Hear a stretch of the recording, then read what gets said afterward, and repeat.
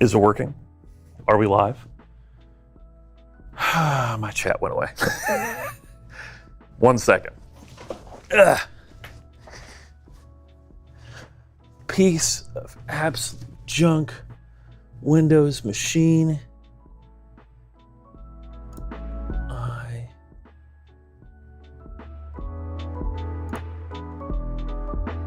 Hang on. Hang on.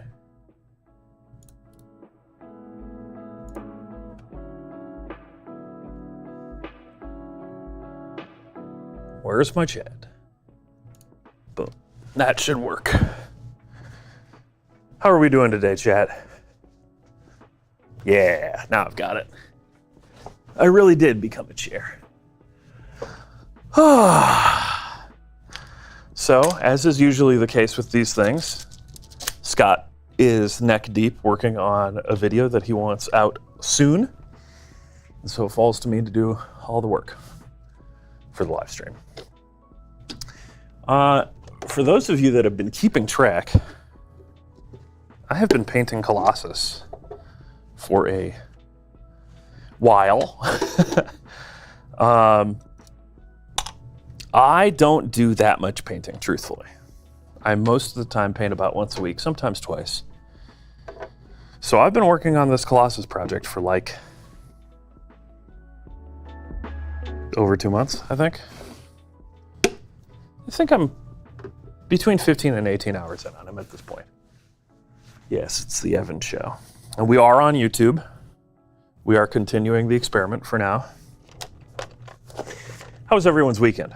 Up here it got hot. It was really nice on Saturday, and then on Sunday it was like, oh yeah, it's supposed to be summer. Here's some heat. And now it's sweltering.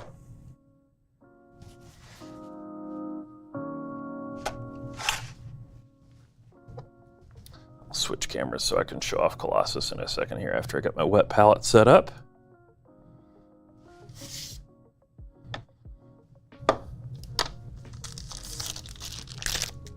So this is the way I always recommend that people set up their wet palette. Oh, hello. What is happening?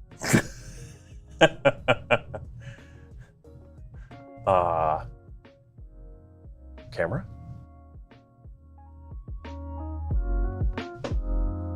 Hello. Just a moment. Hey, Scott, the painting camera is stuck.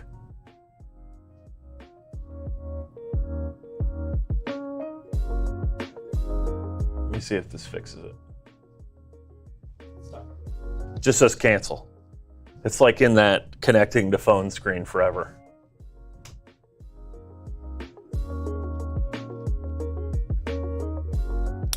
Just turn it off and on again. Is that our solution? Everyone say hi to Scott.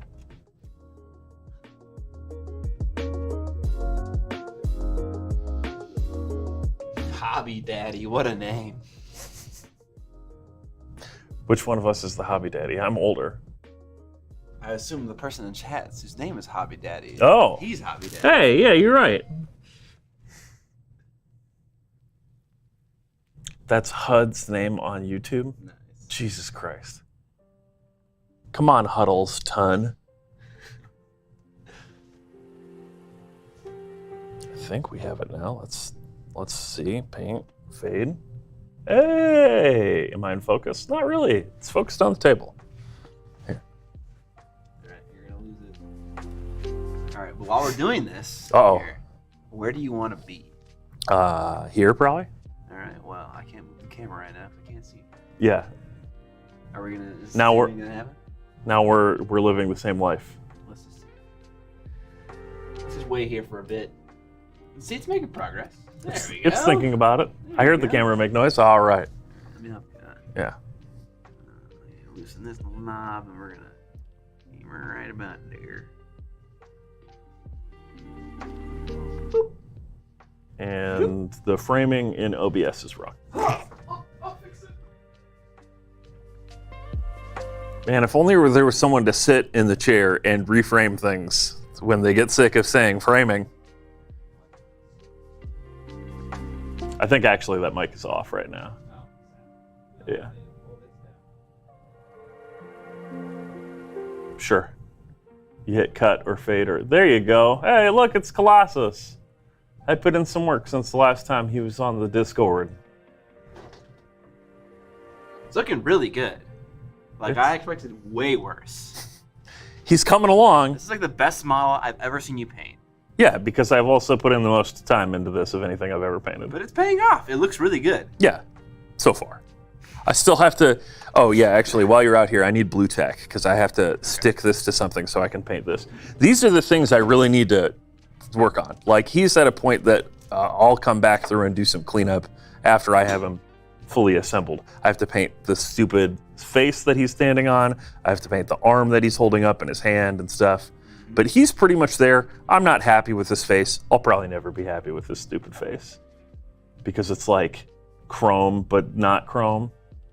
Yeah, I mean the major volumes, the cheek, the chin, like the muscle that attaches the top of the lip to the bottom of the chin, like the forehead, those are all there. So yeah, it's working. It's just not really what I want. Mike said Scott told me to say all the volumes are fucked. Yeah, yeah. Post tack, maybe a little handle right there. Sweet, thank you. What? How close is that video to being done? I'll call it 40% done. Oh boy. Now, late night, baby.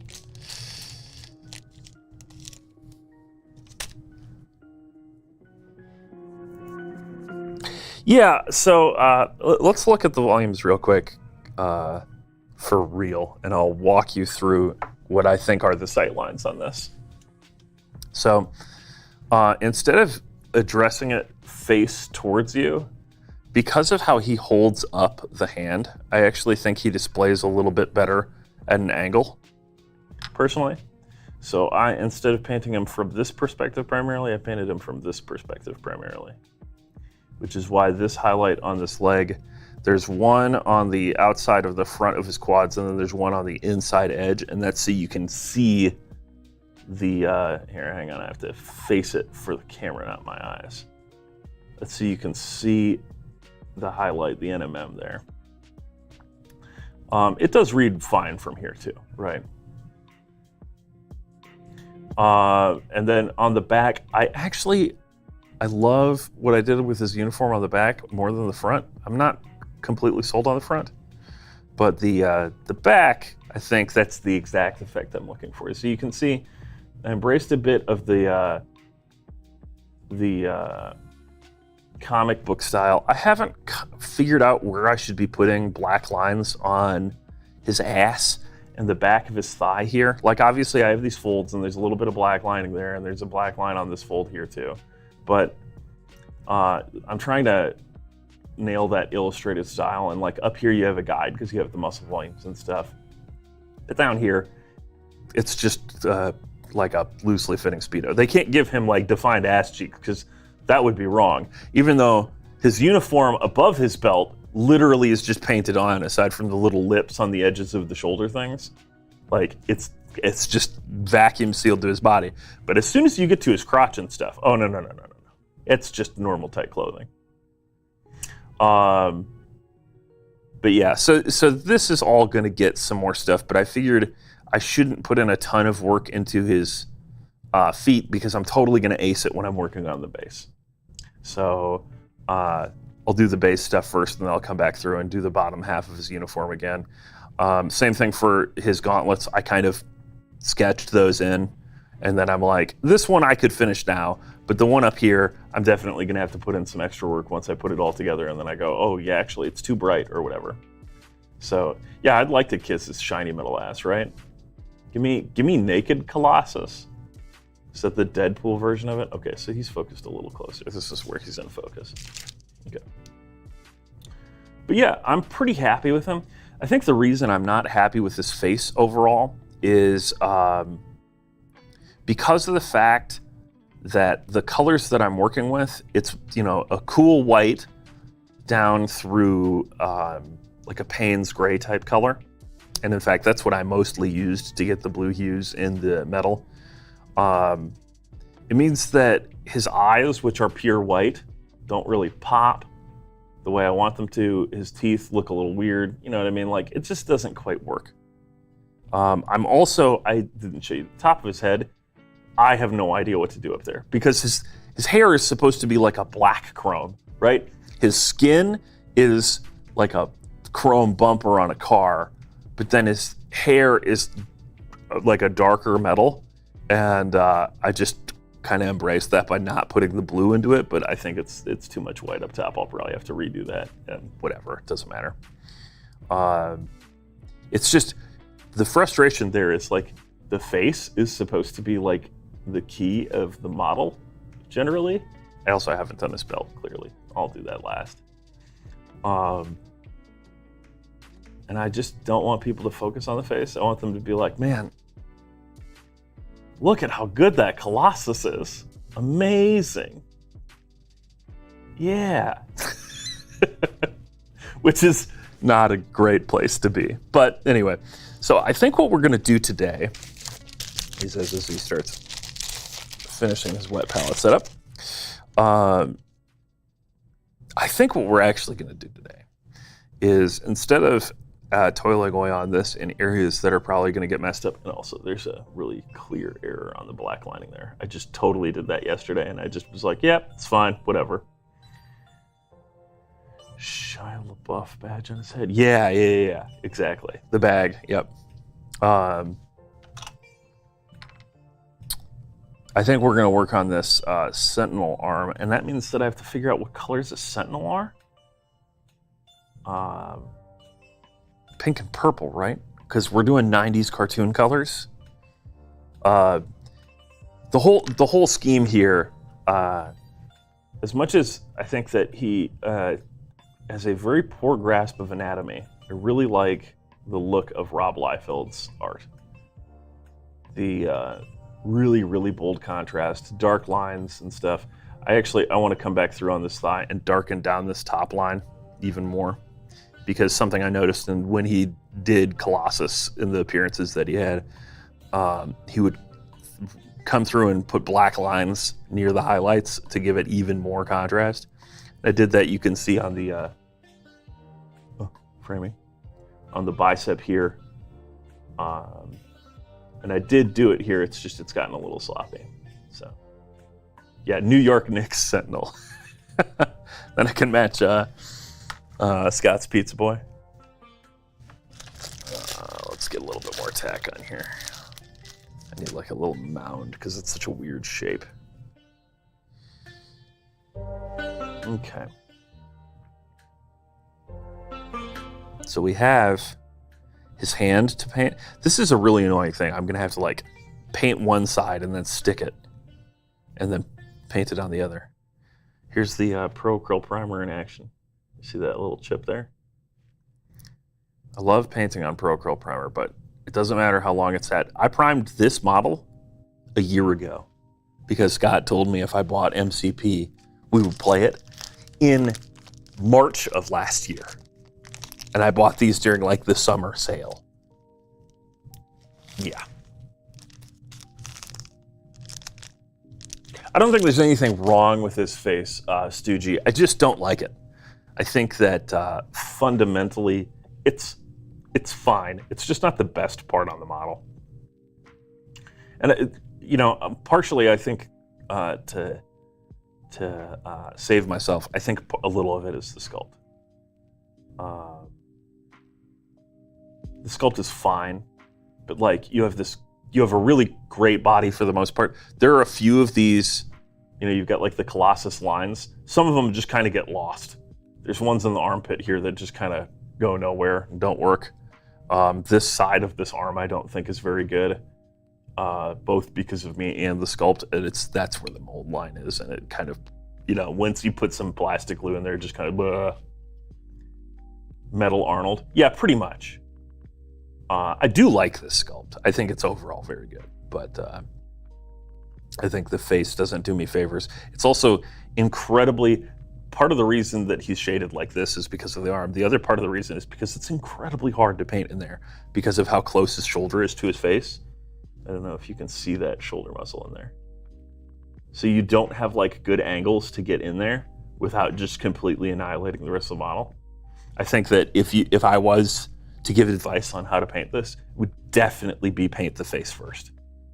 Paint it fully to completion, because you'll get paint all over the upper body as you do it, and then do everything else. And that's normally, don't get me wrong, that's good advice in general, but on this model in particular, it's sort of like, oh man, I should have seen that earlier. And man, it's so weird operating in reverse and to the side. Yeah, it's fine. It works because of the fact that this arm is going to be like directly above his head, basically. Actually, no, I had it right. Yeah, like that. Did you get something good, Alex? Food. Oh, I got Urban's and Urban's. Nice. So, I have to look up on my telephone what the hell colors the Sentinel is. Sentinel colors. No, that's not going to give me. Sentinel X-Men cartoon colors.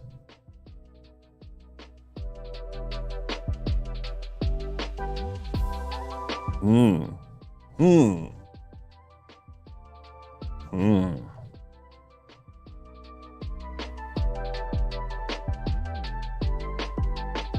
mean, if I want him to look like a toy, hang on, let me, we can look at the phone together. We could if the app didn't suck. All right, we go to paint cam, fade. So, yeah, that's like what the toy looks like. Yeah. I like it. It's really dorky. But that might be what we do. Let's just embrace the purple. Here's something that's clearly in that same vein.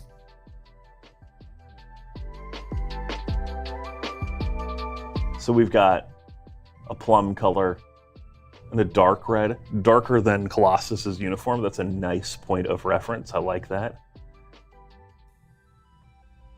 Yeah, right, Mike Genie? That was the best part of Multiverse of Madness, was that the X-Men 90s cartoon theme was in it. And I liked that movie, but that was the best part. Do I wish my Colossus looked more like this? Yeah, kind of.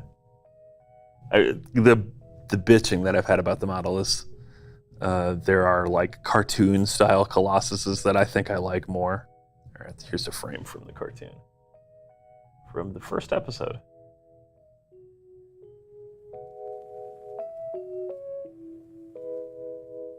Fighting in the mall. Yeah, so it's like it's a on screen, it looks like just a red, but in that piece of art, they made it a little darker. I like that. It's also, look at that, just shading. No, we don't do that here. We have a pink color, we have red, we have black. That's it. The purple is purple, dark purple, black. Ah, so good. It's a very good theme song.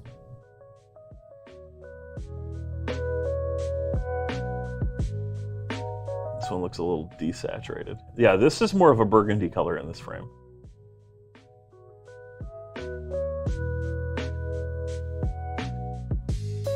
That's true, Rufus Kit. I could use Paint Rack to actually pick out which color according to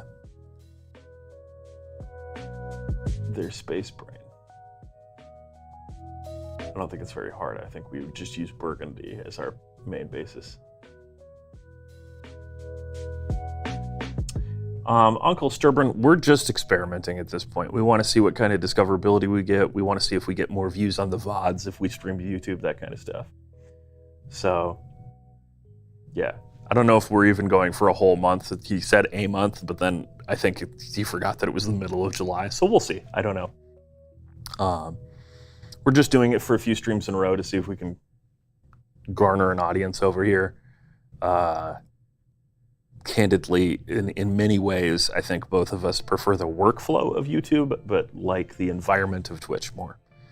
The workflow of YouTube is very nice because as soon as this stream is over, we're done. We did the thumbnail already. The video is effectively uploaded. That's very convenient. But Twitch has the community tools and the raids and that kind of stuff. So we're just seeing what it's like. Let's look at the MCP X-Men. MCP X-Men.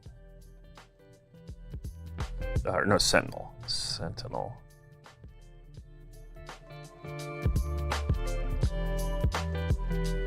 Yeah. They are pretty cool, but like they went for a blue and purple desaturated look on their factory paints, and I'm sure that's what most people copy. Yeah, like here's the data card. I want to see the concept art that they used or whatever. Oh, okay, cool. Sure. Can we open that? Okay, thank you. So yeah, they went like that. That is a purple technically, but it is near blue.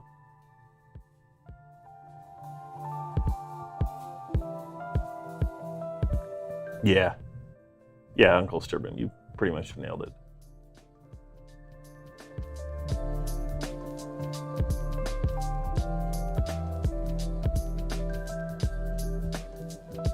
Yeah, it's just a very, the purple is pushed very close to being blue.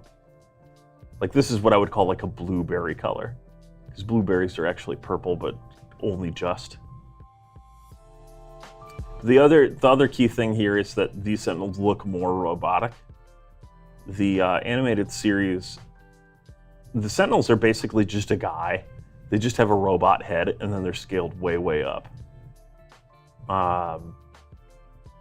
Yeah. Okay.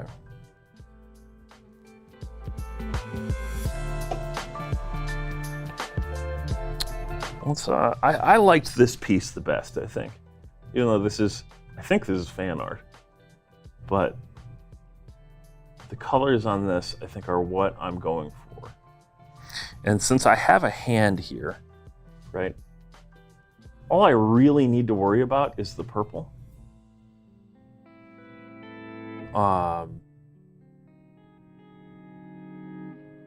And then like I have like, a wire sticking out and that kind of stuff. But like everything in here, except maybe this round part, should be the purple color that I choose. And then working from there. So, why don't we do that? I have Paint Rack on here, I'm pretty sure. If I don't, I can install it. I own the premium version. I'm a big fan of Paint Rack.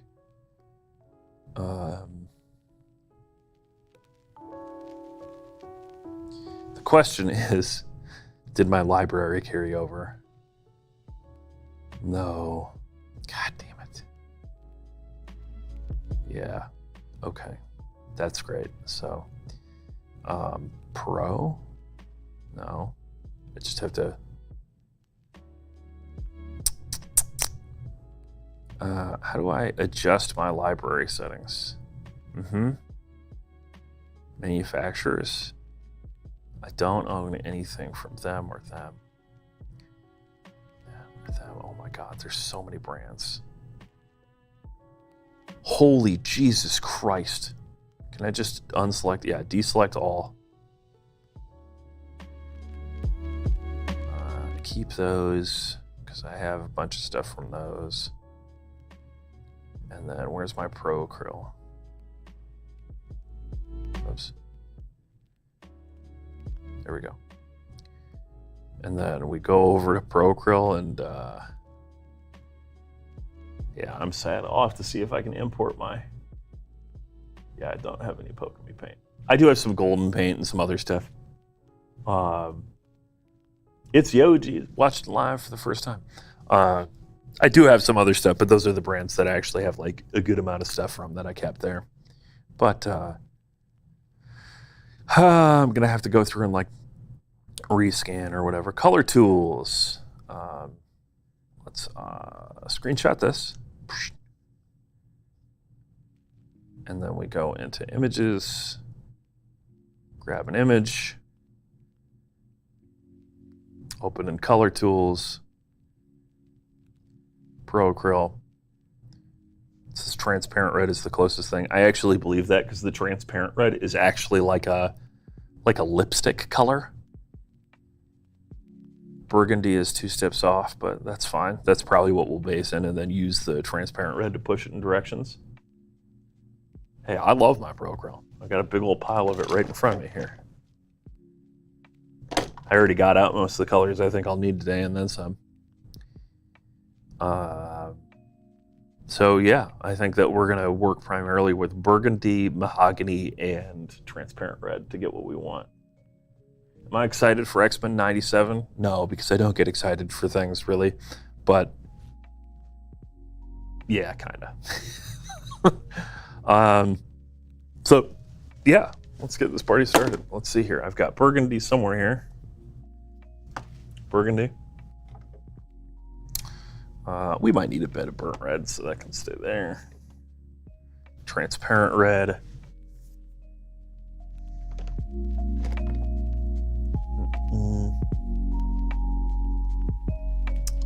I thought I got out mahogany, but I'm not seeing it in front of me. Brown wash. Brown. It's the realest color, you know. Oh yeah, here we go. Mahogany.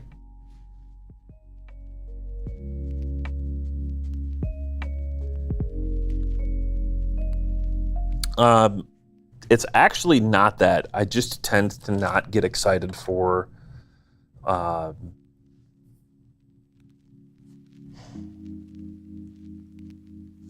tend to not get excited for things that I feel like what's the word I'm looking for here? I only get excited for things that I feel like, how did this happen? This should have had no chance of existing, right? And sometimes that's big things and sometimes that's small things, but it's like the stuff that's like, I can't believe they're actually doing this. That's awesome. So like, you know, do I get excited for big movies? Most of the time, no, unless it's like, I can't believe that they've figured out a way to get this made, right? Oh my God, they came together. Like I got excited for the most recent live-action Spider-Man movie because they got Tobey Maguire and Andrew Garfield to be in it. I was like, that's cool. They actually made it happen. I love the Battleship movie. It's the best dumb big movie, and that's a how did it happen for the opposite reason. Like, I can't believe they've done this. It's the OG. The last one was like ended on a to be continued. They have to make another one. Or else there will be a proverbial riot in the streets. And maybe a literal one as well.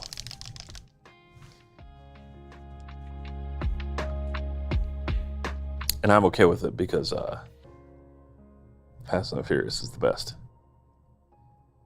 Mike Genie says, this might be a good reference for your Colossus stuff. Yeah, oh yeah. Zangief from Street Fighter. Stop making my thing scroll.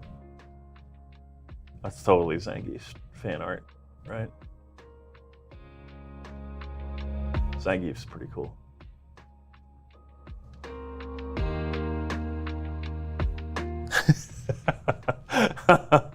Yeah, I can imagine having to watch 11 movies before you go to the next one. I mean, like, people were doing that with the Marvel movies too, and then they ran out, right? So, what was I doing? I got out my phone for, oh yeah, I remember. I was going to get out my phone so that I could go back to the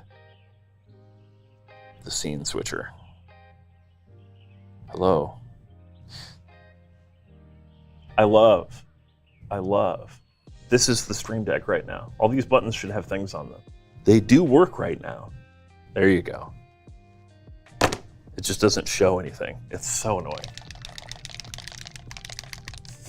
Just because you're a bad guy doesn't mean you are a bad guy. Thanks, thank you. Very helpful advice. That's a good example of something that was kind of exciting to me, Wreck-It Ralph, where it's like, or like, it, you know, because for that, that's like an example of something that a lot of potential was left on the table, because like, look at how good Who Framed Roger Rabbit is, and Wreck-It Ralph was fine. It was fine. But you have this opportunity where you're getting to show all these characters from different brands and stuff. Do something fun with it. But, you know, maybe the corporate loons get in the way of that. Who knows? Give me a size 2 or 3. I'm a pro krill man today. I'm using the Monument Hobbies brushes too. We got our arm here. So yeah, first we're gonna work on the top side of this, I think. And we will start with the burgundy. Like I said, that's gonna be our base. And then we're gonna use the transparent red to kind of work up the highlights to a nice color. Could go a little thinner than this.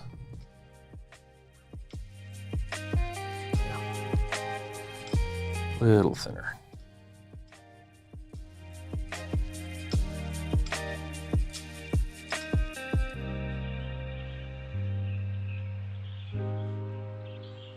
It's so weird. I do most of my painting at the game store, right? It's so loud. There's so many people around asking questions and stuff. It takes work to shut out distractions. And here, it takes work to keep from getting too focused and forgetting about you guys in chat.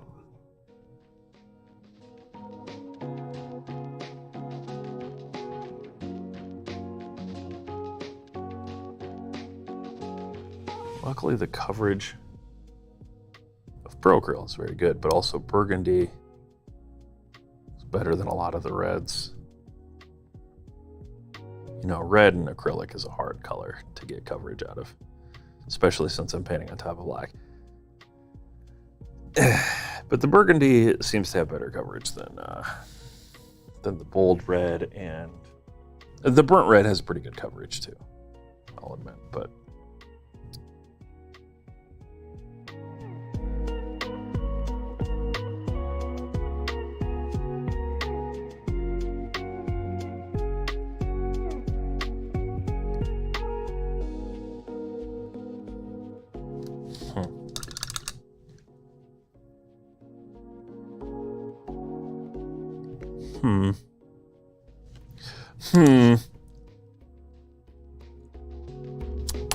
Give me my big brush real quick. I think I have a little bit of dust or something on here that I need to. This is still wet from last time. Wow. All right. We're just going to do a little bit of cleaning. Make it moist.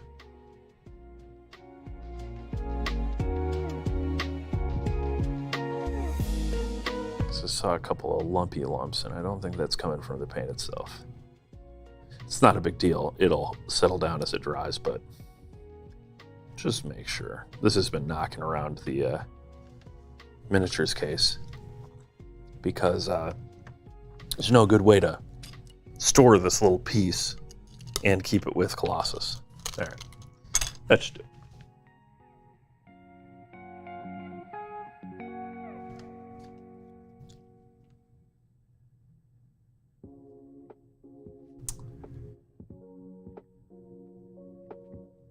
Kitten, I have a question for you. I know you work in an art store.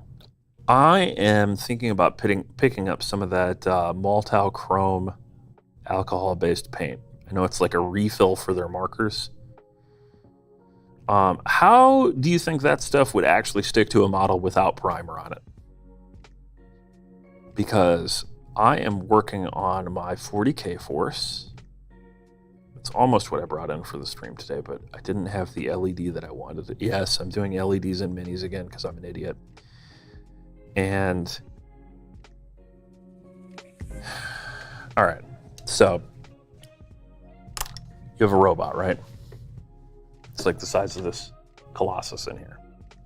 It's bigger actually, but whatever. I printed him in clear, and I'm putting an LED in the center of him.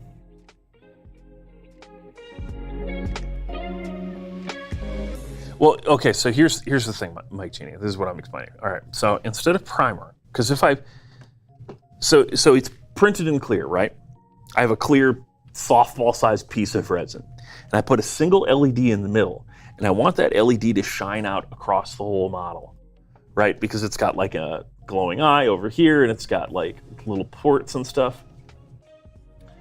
And then if I prime it black, then internally it's going to have a lot of light absorption, right? It's going to prevent that LED from going around corners, so to speak. I'm thinking if I prime it, the more chrome I can make it, the more it'll bounce around until it comes out the openings that I put to the underlying transparent stuff. Yeah, I thought I had the Stuart Simple Chrome, the mirror stuff, but I don't. Maybe I do, I don't know. I'm just wondering, because that Malthouse stuff is amazing. And actually, Scott has some of it here. I don't know if he has a whole bottle, but he has like the marker. And the finish from that is great. The other option is to just prime it white. I think that would honestly work. Because yeah, the idea is I'll put some holes in the primer where there's like an eye or a port or whatever. So it'll just be the underlying clear plastic. And those should shine through. And then if I want to tint them, I can use like Pro Acryl transparent paint or contrast paint right on top. I think white would work fine, truthfully, but the double dipping, if I did chrome, is that I can use some scale modeling techniques to basically use like chipping medium and stuff to reveal the underlying layers. So, I don't know. I'm always looking for new ways of doing things. I'm also, let's do this in frame. I'm also considering, I don't know if everyone in chat's gonna know what this is, hydro dipping my robots. What that is, to explain it if you don't know, is you get a film of material that's super thin, and it's like a decal. It's a water transfer, but they're set up in a way that you put it into a little frame, generally made out of like masking tape or whatever. You put it on the top of a thing of water. Yeah, Mike Genie's got it. That's what I'm thinking about. And then, so you take this pattern and you dip your item into it, and it adheres to it. So you can do really complex camo patterns and stuff, and companies will either do print on demand services, or you can just buy it, right? Like they have pre-done camos and tacky stuff like, Super America flag patterns and stuff like that. Whatever you're looking for. And it would be a lot easier than going through and painting a fucking camo pattern or masking things off or whatever. It might work. It might not. I don't know. The advantage is that since my minis are 3D printed, I can do the body and do each leg and stuff like that, so I can get good angles. And that's true too. It does scale down pretty well. Look at that. There's a bit of sprue there that I didn't fully clean up. That's very annoying. You know why I don't care though? Because this is a broken arm, and I'm going to put a bunch of like wear on this thing at the final stages, and then it'll blend right in and it'll be fine. So that's just what I'm going to tell myself, as opposed to getting really freaked out about it. I definitely, that's why Juggernaut over here has all this white on him. I realized after I primed him that he still had a big gap in his arm, and so I gap filled that. That's pretty bad.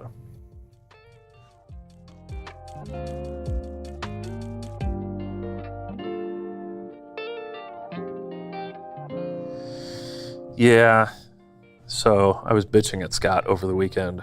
I went down a whole rabbit hole of like relearning how to do Blender so that I could design in the lights, right? I wanted to do specific types of cuts so that I will show this off at some point. I may even, with the creator's blessing, make the files available or give them the files to put up. But basically, I digitally drilled for where the LEDs are going to go and the batteries. So that way, when I print it out, and I have, it's sitting on the printer at home. I finally did this. All I have to do is stick the LED in, stick the battery in. And then the way to turn on and off the LED is literally just to pull the battery out. It's great, or it's theoretically great. We'll see if it has some real shortcomings, but it means that there's no drilling, there's no finagling, there's none of the normal hardship that comes with doing the LED stuff. And I did that slightly with my my Stormcast Dragon Fire stuff, but come on.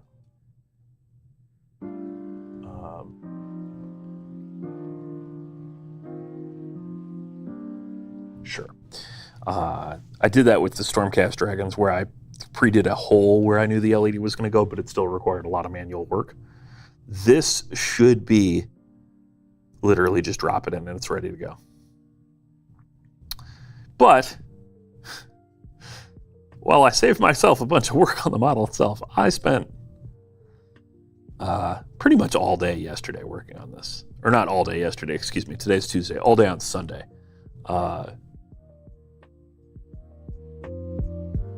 Like 14 hours total, relearning how to do stuff in Blender. And then yesterday I realized that 10 hours of that was just wasted effort. And I realized a different way I could be doing it and redid it in 2 hours and it's better. Yeah, they're theoretically reusable skills. I just have to do it 5 or 6 more times. So that way it's really burned into my mind for a while. Otherwise I'll forget everything right away. But that is what I'm going to do because I have a whole range of Titanfall and Titanfall-inspired robots I'm going to print. I'm not sure if they're going to be Tau Proxies or Knights or whatever, but that part I don't care about. I just want a cool Titanfall army. Worst case scenario, I don't find a faction I like, and then I go play one-page rules and make my own damn faction.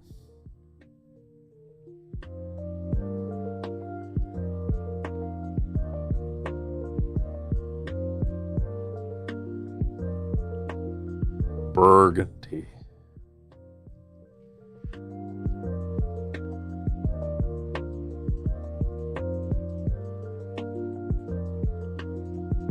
Burgundy. Nick, Scott always wears contacts for the live streams, pretty much. When did he lose all his hair, though? Well, that's a question you'll have to ask him next time he's on camera. Ask him about his toupee.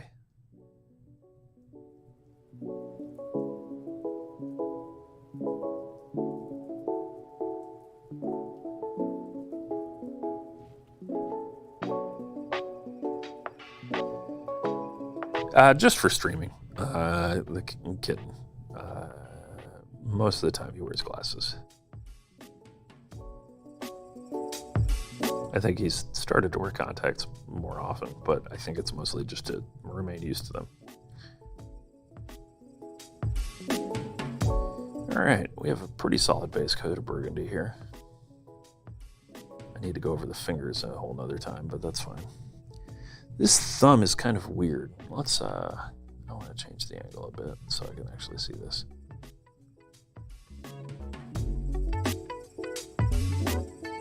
It's not really segmented in any way. Right.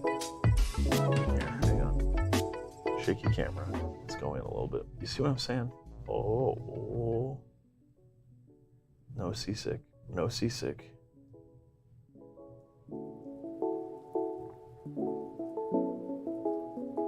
See what I'm saying? It's just kind of a thumb. The fingers have these like armored segments, but the thumb, doesn't. I don't really see any segmentation there. So maybe I paint it, right? Or maybe I just don't worry about it.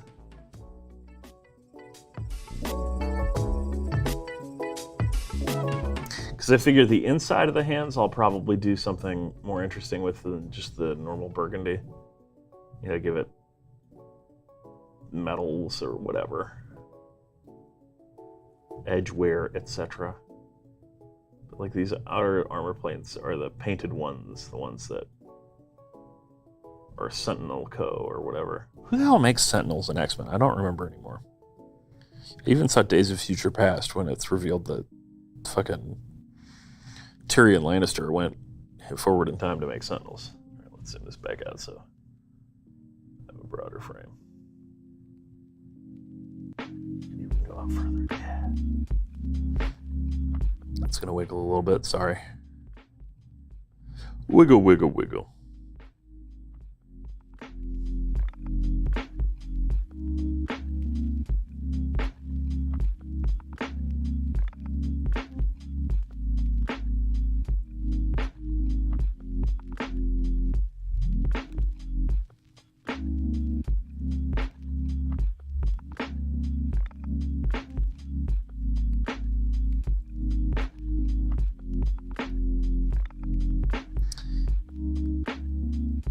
There are two colors that I prefer how they look when they're wet because their saturation is just like up higher.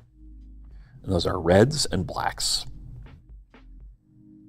Nothing looks as good as black when wet. Unfortunately, then it dries and it doesn't look as good. It doesn't even look as good if you're like, oh man, I'll just put gloss on it. Then it makes it look wet. Nope, doesn't work. It helps. It's kind of like it, but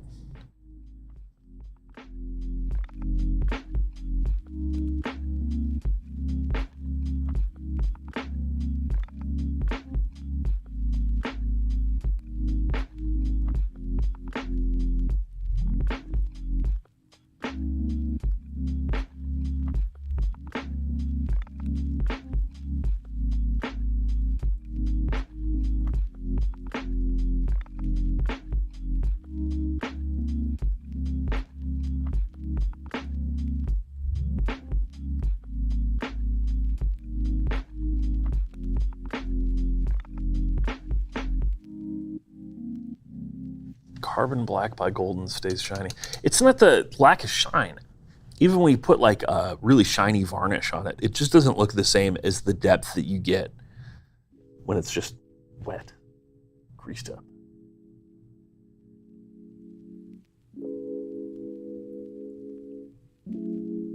Trask made the Sentinels and was an anthropologist. I mean, what is anthropology if it isn't creating a tool of systematic eradication of people that are different than you? That's pretty much what anthropology is about, right? I mean, I watched Bones. Lady, and that's an anthropologist, and yeah, that's what she did too. That was the series finale of Bones, as I recall, is she invents a robot to destroy humanity, and it goes back in time to kill John Connor. Right? Am I crazy here?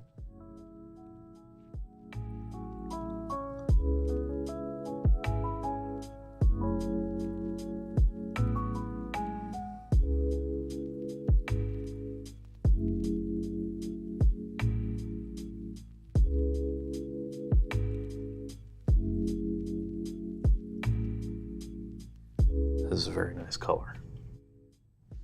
I like the burgundy a lot. That's why I suggested burgundy when Scott was looking for colors for his sister's battle. I was like, don't do red, do burgundy.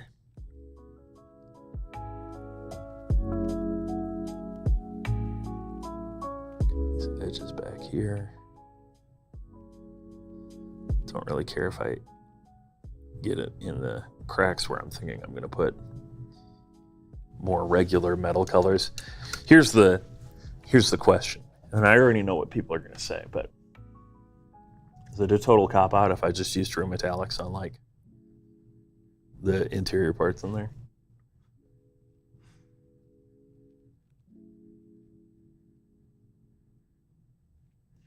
It probably is. I probably have to do NMM everywhere. I probably have to do NMM on the rest of my fucking MCP stuff too, because this was a friend of mine challenged me to do this. One of the locals at Paint Night. He was like, yeah, you're gonna NMM Colossus. And I was like, sure. Big mistake of my fucking life. I could have just sprayed him chrome. I could have just sprayed them chrome. And people would have been like, wow. Gotta keep the models consistent. It's all right. This is by far the most work I'm gonna put in any of these because it's NMM across the whole thing. I did my test model because he's not actually gonna get used. It's Wolverine in here. Where I just was seeing what techniques worked. He has too much black on him. And the contrast of the yellow to the black isn't quite right. So he'll get tweaked, but he's my lowest priority because he's not Brotherhood of Mutants. I'm a Brotherhood of Mutants boy. But the clout, that's right. That's right, that's what it's all about. What it's actually all about is when I'm playing at the table and people go, wow, your minis are painted so well. But the problem is the only person I'm gonna play this game with is Scott. And his minis are gonna look better than mine. Which is kind of a downer for me. But that's okay. Once Colossus is done, I'll have one fully painted mini. Wolverine's almost done. Wolverine will be done with another 2 hours of work. Yeah, pretty much. I've already got my compliment. Just call it done. Wolverine's almost done. When Wolverine's done, then me and Scott will have the same amount of painted MCP minis. And then I just have to keep painting until the rest of these guys are done. I have pretty much the whole Brotherhood of Mutants thing. I don't have Mystique, and I don't think Mr. Sinister is technically Brotherhood of Mutants, but I don't have him, so whatever. All right, so what color are we gonna do them? The like actual metal parts, right? I want them to be distinct from Colossus's Payne's Gray based blah blah blah.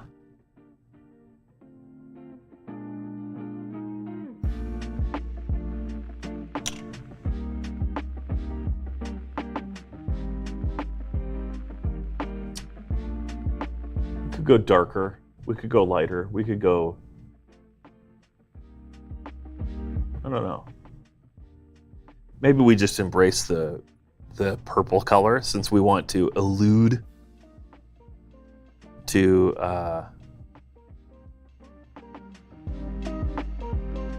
the purple existing, right? Maybe that's the start of it.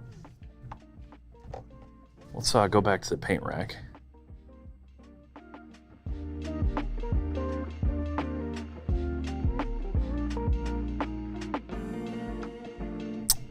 You know what? I messed up. I switched the colors. I'm an idiot. I'm an idiot. That burgundy should be there, and the glove should be the purple.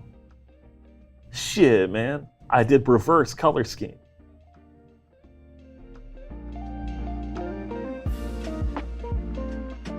It's fine. It'll be fine. It'll be fine. Oops. No, I had it. Give me that back.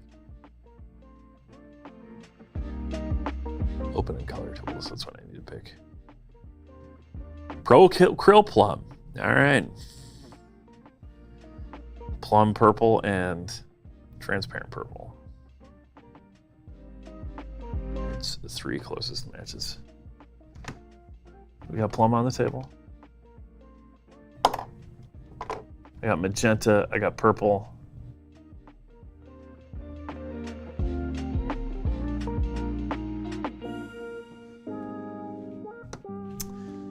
It's creative. I mean, I could leave it. It'd be fine. But you know what? We're not going to do that because got dark plum. Faded plum. But I didn't get regular plum. All right. To the box I go. Yeah, you know, the thing is normally I paint like bizarre alternate schemes and do my own stuff. But for this, I'm trying to embrace the 90s cartoon. And you know what? Normally I would just be like, whoop, them's the breaks. He's just gonna have the reverse color set, but not this time. Not this time. That's okay. It's funnier this way, because now you get to see me do the same thing twice. Where the hell is Plum? With my highly organized paint system, how am I struggling to find it immediately?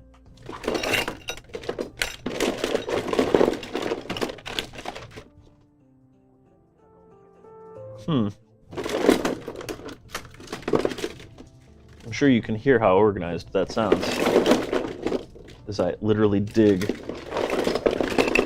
and toss my paints around. You heading out? See you later. Oh, I did it. I got my Plum. Okay, so we smartly undercoated this. Where's my focus? Here. We smartly undercoated it for our shading. That's what we did. Don't tell anybody. It's gonna be fine. It'll be fine. All right, we got Plum, we got Faded Plum, we got Purple. Got Dark Magenta, that seems in there, and then Dark Plum also in there. Only need 6 coats. Nah, come on, this Pro Curl, we'll do better than that. We're just gonna work our way up. Where's my, I want a Dark Plum. Oh, this looks like it's darker. Hang on. Maybe I won't use this. Hang on. Yeah, that's almost like mahogany in tone.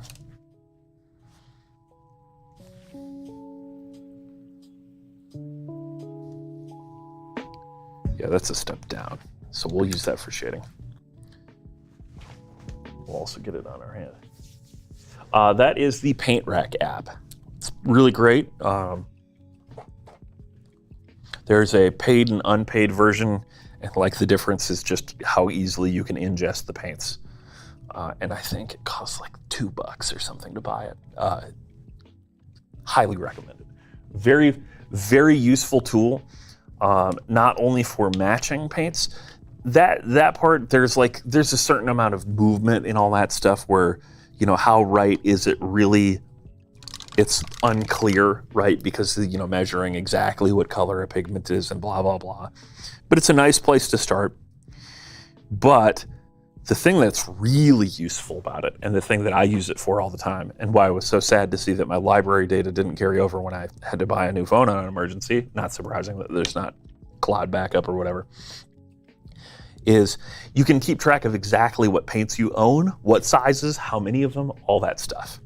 So you can maintain your paint library and see which ones you already have in range. And if you aren't buying a whole range at once, you know, you don't go out and you buy the AK like briefcase that just comes with all of 3rd gen or whatever. Yeah, Rufus is also right. You can program in paint schemes so you can remember what paints you used when you buy more units for that army. But my point is, like, if you're the kind of person that goes, hey, I'm painting these guys and I need these 3 paints in addition, and you build up your collection over time, and then you go to the store and you're thinking, man, this is a great color, and you go home and you realize that you already bought it. I have done this many times with Vallejo colors, with contrast paints, with speed paints, all that kind of stuff. It's never happened with Pro Acrylic because I just buy the boxes. I know which boxes I bought, I just buy each box. But yeah, you can program in your library and it will tell you, you have 2 bottles of Vallejo black, and then you add a 3rd bottle. But like, you can be there at the store and look at it. It's really, really great. Huge fan. All right, so the dark magenta color, which I just poured out, is a really, really great color, but it definitely feeds into that plum scheme. So we're not using that. We're definitely just going to purple, which means I need dark purple, which I have royal purple. That's almost dark purple. Actually, maybe royal purple will work. Let's see here. Yeah, you're getting it. Then you go back and exchange it, or you go back to exchange it, and then they're like, oh, sorry, no exchanges on paint. And then you're like, I'm going to the good hobby store. I'm going to the one I like. That's never happened. That would never happen. Okay, so that's royal purple on the left. Plum over here. Purple between the two. Because purple is just a step down from plum. Actually.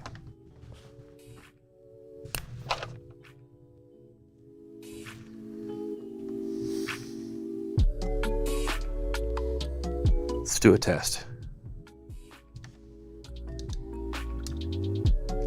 What's one color?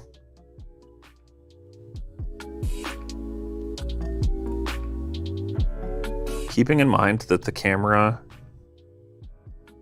may not tell you everything. This is two different colors.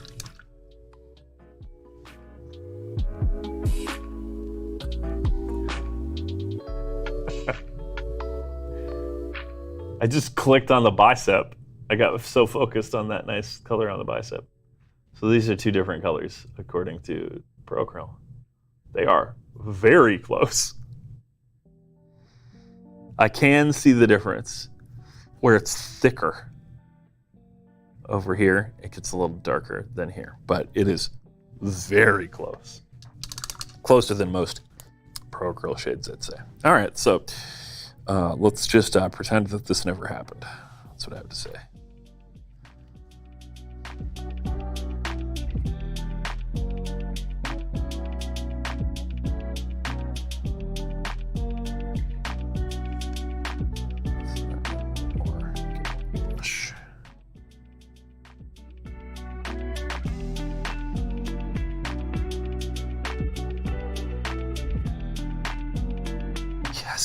See, it'll be easy. It'll be easy. It's no problem. No mistake was made here.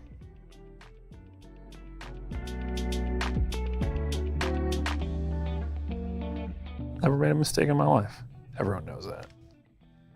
Come on now.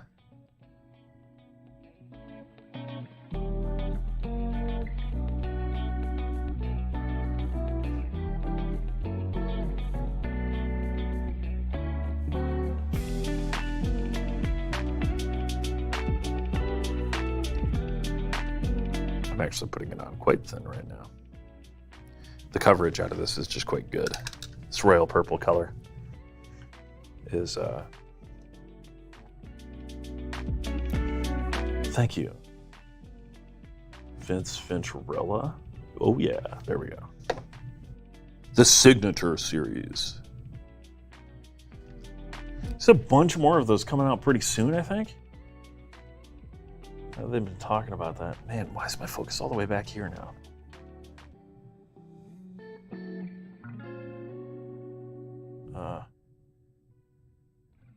Oh, I hit something bad.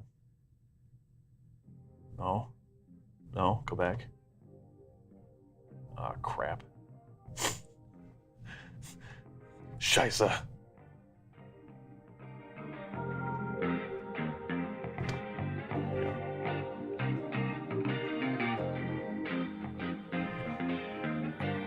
Evan Chair's Signature Series win. You know what? Feel free to ask Monument about that. I'm sure that they would love that idea.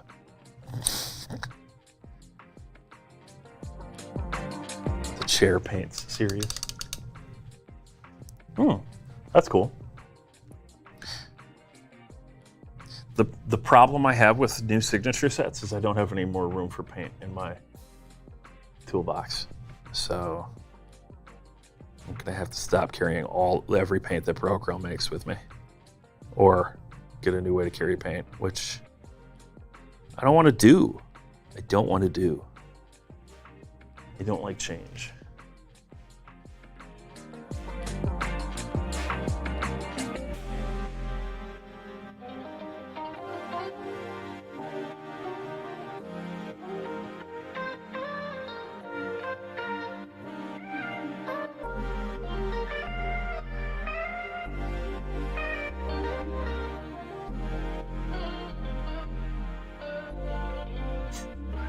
It's not a clusterfuck box.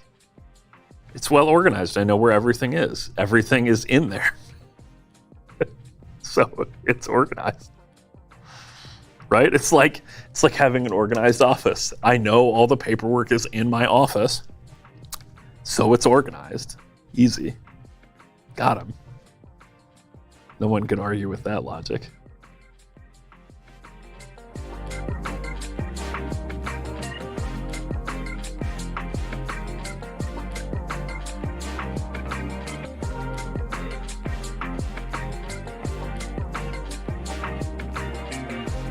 Exactly, all paint accounted for. Anything that's not in my box is paint that I don't use. And so most of it has been donated. There's some stuff that I haven't bothered to bring in and put in the community paint bucket because I know there's already multiples of them in there. Or it's stuff that I know I will use again. I just don't need it at this time.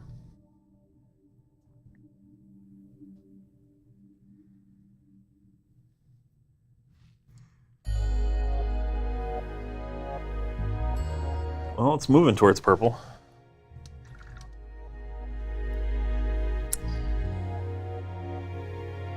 It's how embarrassing. Painting something the wrong color. Who would do such a thing?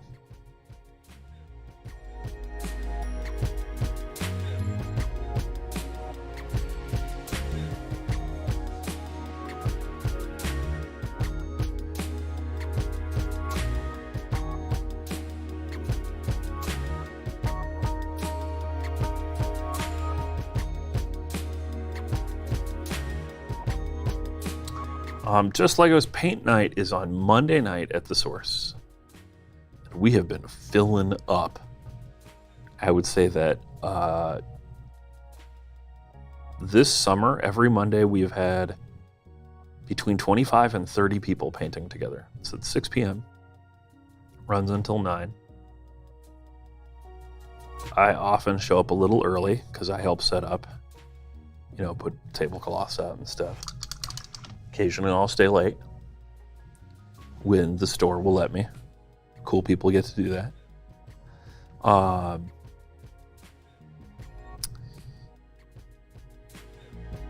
But yeah, it's fun. It makes sure that I put some paint on a mini every week. That's the real key thing for me. I have been teaching, my brother has been coming, my stepbrother, but whatever. And I've been teaching him to paint. Then one of my old D&D players started coming, and he comes pretty much every other paint night, roughly. And I've been teaching him to paint too.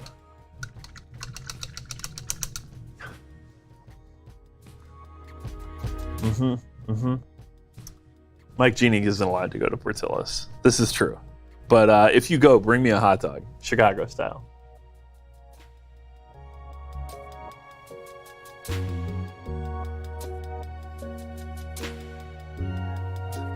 Just the best.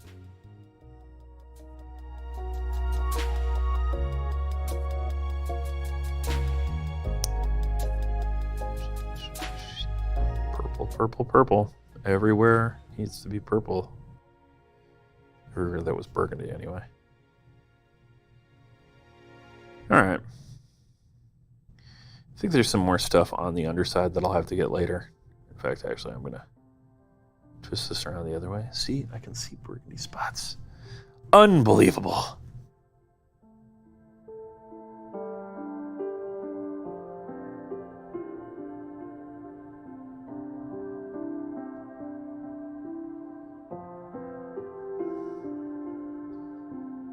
That piece there is like a piece of the underside of his hand, so I'll leave that, but his fingers on this side still need to, yeah. Everyone's gonna come out to paint night now. Man, flying to Minneapolis is that cheap? Yeah. Because it's flyover country. But we're also a gigantic airline hub. I don't know which one is the more accurate term. Northwest was headquartered here, and they were purchased by Delta. And Delta maintained this as one of their major Midwestern hubs. It's actually probably required by the state in order to let that purchase go through or something like that. I don't know. But regardless, we have a very active airport. And if you're not coming for one of the couple of big events, we have plenty of hotel space and it's always really cheap. And if you have someone to stay with, it's even cheaper.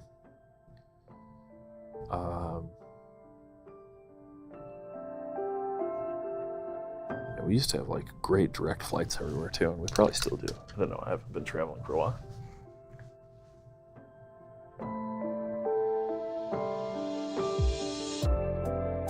Uber to Rochester. Why would you Uber to Rochester? Just get on a bus, my dude. You could probably get a mega bus or something like that from Minneapolis or St. Paul to Rochester, Minnesota for like $20. I don't know. I don't know why anyone would go to Rochester. Sorry, John. I guess if you were going for medical care, or if you were someone who does medical care as a professional, whether you're a doctor or a nurse or whatever. But it seems like there's not much else there. IMO.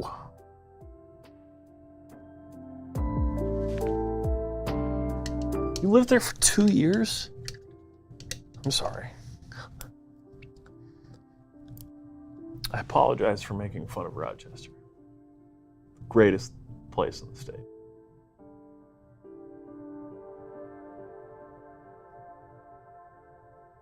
Damn, $70 flight?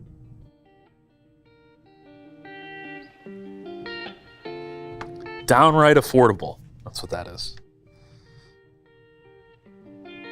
There's a couple of thin spots, but they probably don't matter. Truthfully. Oh, bumped the camera. But I'm still going to hit it one more time with the royal purple just to make sure. One thing it's hard for me to keep cognizant of, because I'm such a, I overwork on my paints. But it's easy to forget that, right now, here, you can still see a bit of burgundy through it. But this is just the base layer. I'm going to be building up to 2 or 3 more colors on top of this.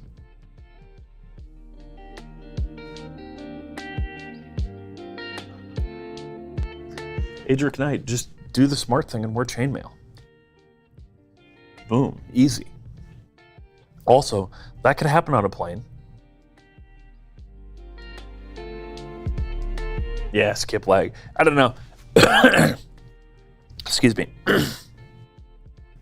Skip lagging is one of those things I've been really fascinated with, but then I always read the horror stories of, the person got banned from this airline and the return trip gets canceled and all that stuff, and it's like, ooh. Hey, look, it's Eons of Battle. How you doing, Jay?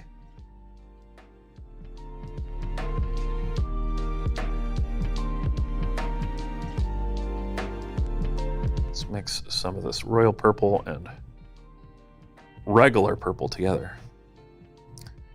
It's a technical term, regular purple.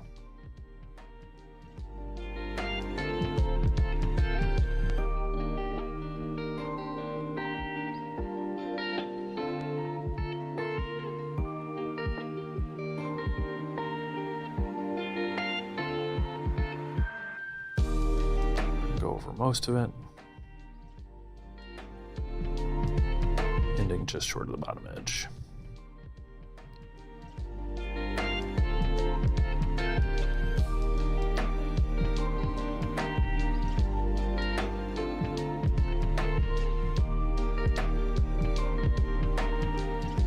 Focus.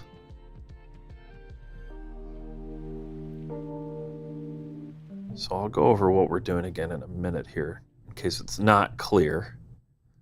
We are painting the arm of the Sentinel that Colossus is holding up.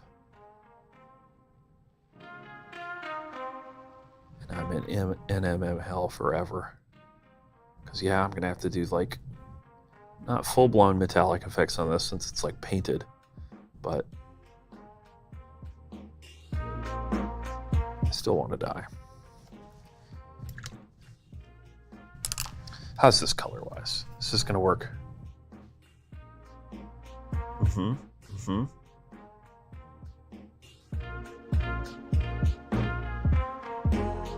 Just airplane incident in the U.S., huh?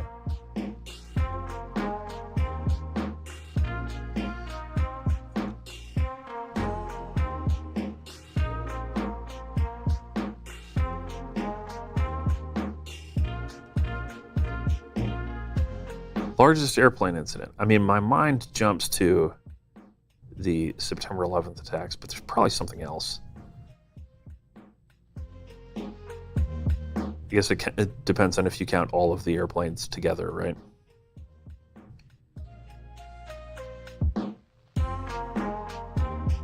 Or is the kitten going to educate us about something that we don't know about? Because that would be cool.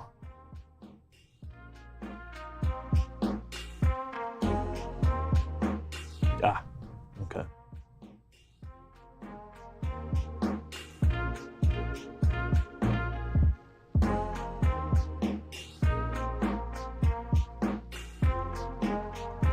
The last and only time I took a Greyhound, I was with my football teammates, and not one of us weighed less than 230 pounds. We got left alone.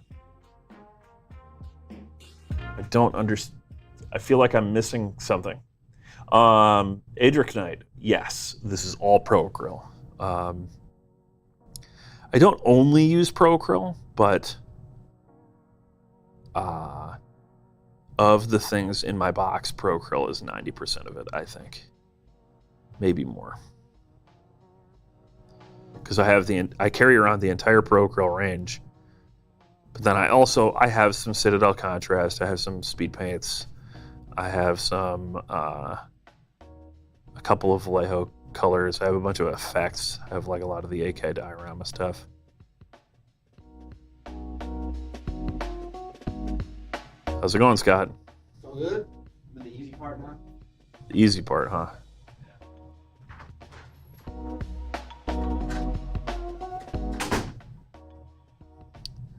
I wish I knew about an easy part of any of this. Painting is hard. It's like as hard as re-roofing his house or working in a mine. Everyone knows this.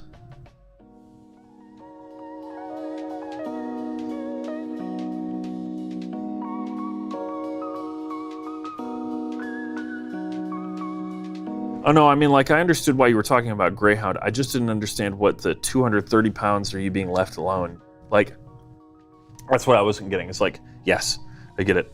Buses kind of suck. But I didn't get why you were left behind. Is it because you guys were too heavy or something?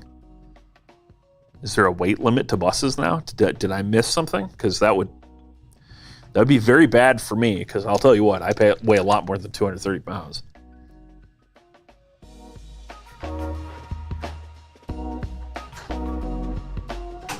Oh, okay. Everyone left you alone. Got it. Yeah. I'm getting it now. I thought you meant like you got left behind by the bus.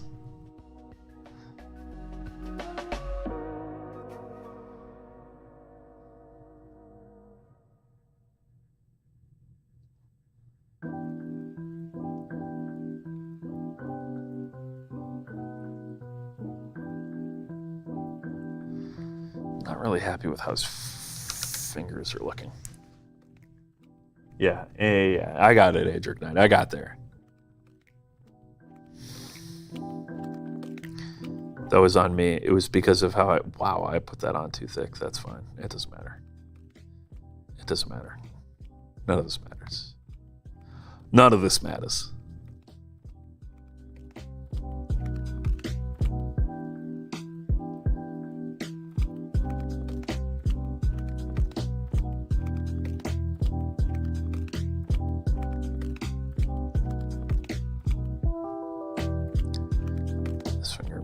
Still feels quite burgundy. I don't remember what I was going to say. Does anyone remember what I was saying? Probably not. It's fine. Don't worry about it. Here's the fun thing. I get to go back over here to this little round thing. We'll put a little bit of mahogany on that. And on the outside of this. Because that's going to end up being burgundy. I'm actually going to base coat mahogany on that. Okay.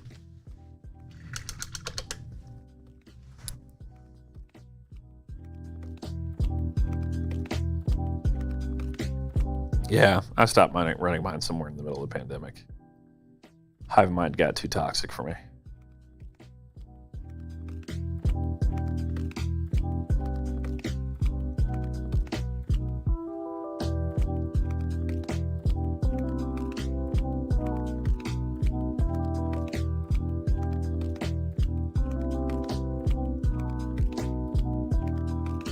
Just want to see. I just want to see. I thinned it down too much. I think I'm using the wrong brush right now. Too big. 1 second. Let's go down to my size 1.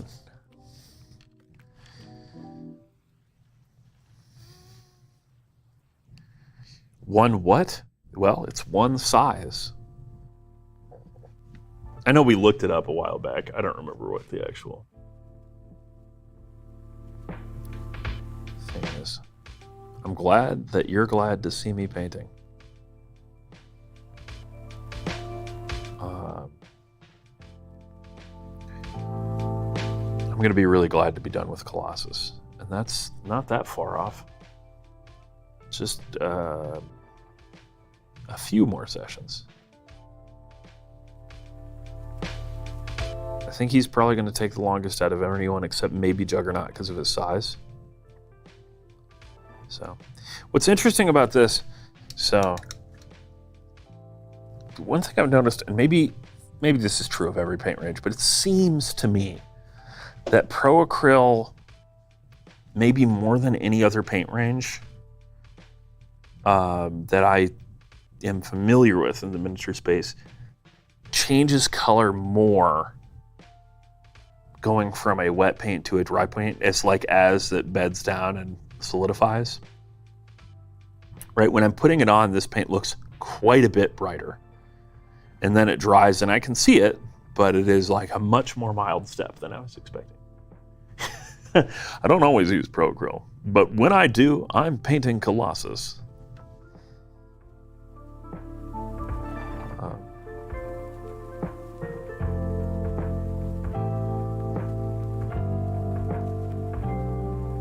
Maybe this is just psychosomatic, or maybe it's because I'm most familiar with Pro Acryl or whatever. To be clear, it's not actually a criticism of the paint, it's just something to notice. Where it's like, the color is different after it dries, and it's more different than I would expect. Wow. All right, so, don't know how well that's coming across on camera. Let's get into that prime focus. You got some fade there, but like, we need more detail right now. It's just, but like, all right, so let's think about what our light source is. Let's take it off of the blue tack for a second, or just lift up the blue tack as the case may be. Oh boy, this is gonna be a pain, isn't it? Come on, there we go. Got stuck down in the hole. Yeah, maybe, you know what, actually, I think you're right, Kitten. I think it's the fact that Pro Acryl is a very matte paint, and so as it dries, because of the change in specularity, it's shifting color more. So, that's roughly correct. I think it's actually a little twisted, but whatever, it doesn't matter. He's holding it roughly like that, right?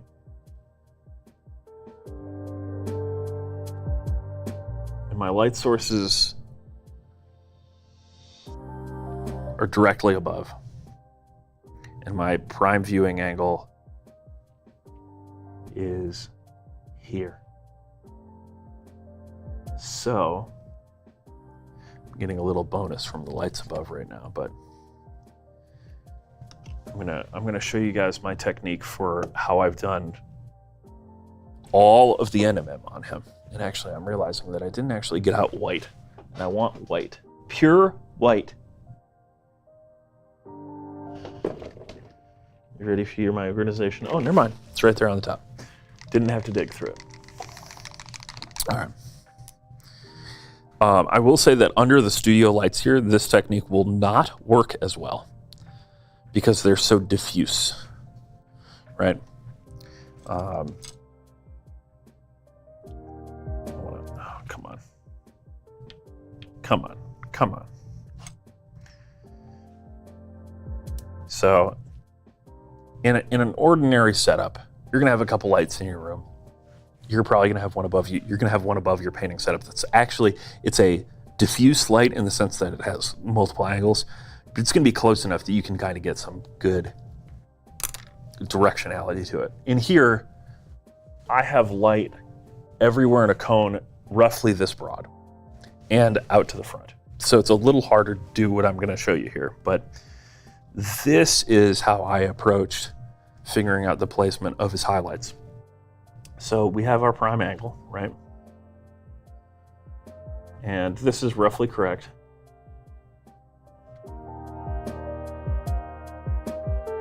Yeah, that's true. We could do some speed paint effects, right? So I'm trying to line them up for the camera so I can do it from you guys' perspective. So this is basically where I expect him to be viewed, right? This is it. We have light roughly in the right spots, but it's a little too wide right now. But you can see where the highlights are from the light. See the white spots? So I'm going to go through and I'm going to mark those.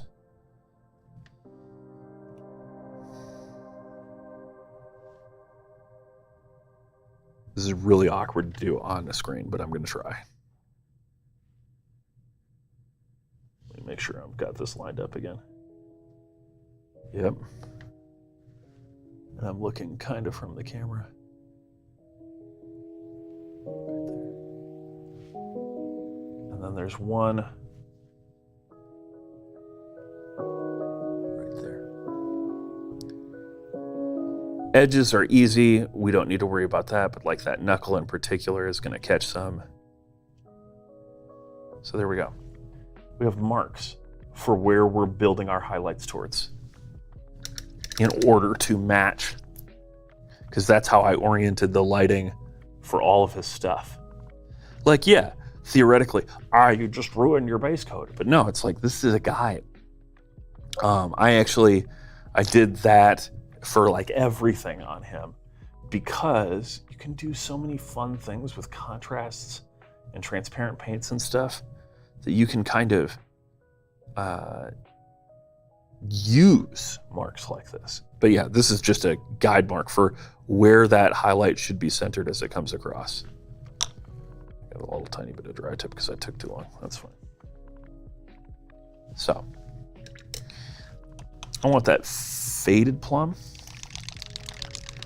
We're going to just do a big highlight right now. Big stripe, basically. Because the volume that we have here, that's where Evan gets to sound smarter than he is. The volume that we have here is not a perfect cylinder, right? If you look at it, it's kind of lumpy. It's not a cone. It's actually like, it's got a slightly spherical shape to it through here. So what it should do, it should be a little wider, go down very narrow, get wider through here, and then thin out towards the edge. And that's what we're gonna do. We're gonna put this back on my painting handle thing.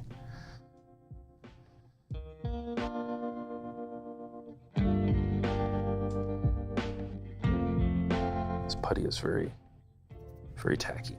All right. And I'm just gonna go right to the faded plum for this. And then we work the in-between. The in-between.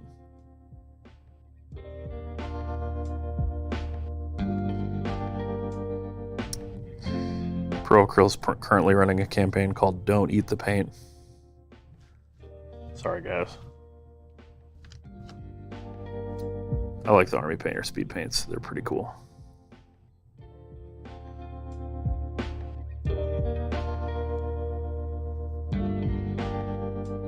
do it from this direction.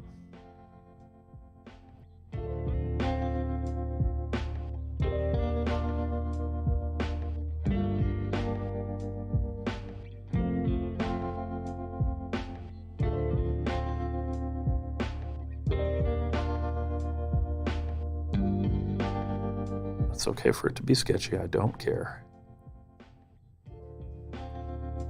Okay, I've got the widening. I want it to flare out more at the edge there.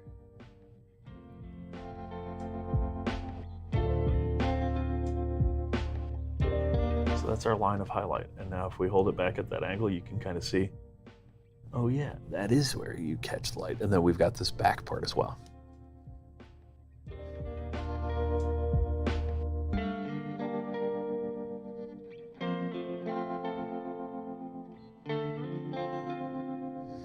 And then we'll add a secondary highlight down low to really sell the effect.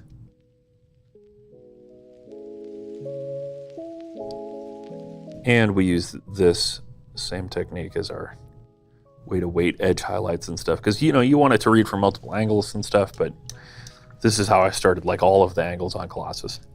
It's figuring out where that bounce should be, straight in the middle of it.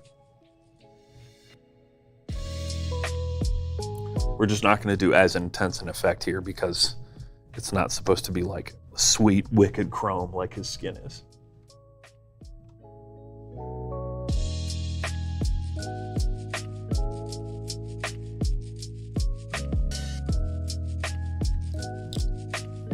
Okay.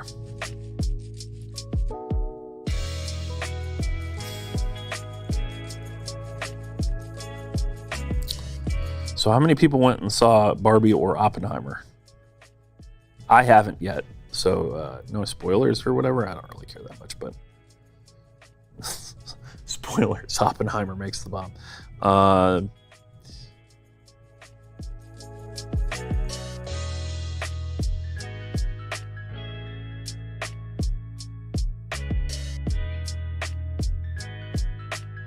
Kitten saw Barbie, Atsu saw Oppenheimer. Anybody do the both? The double feature? Barbenheimer? Oppenheimer?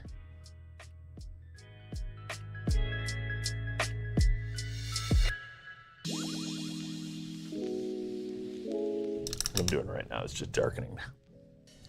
Darkening.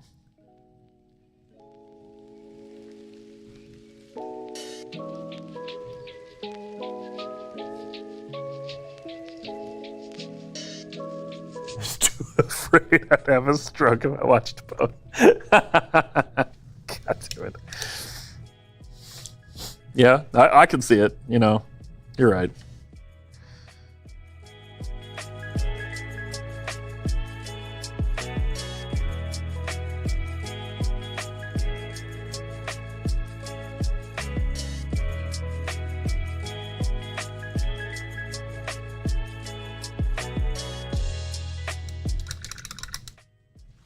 Gonna see Barbie tonight. Nice. Yeah, I might.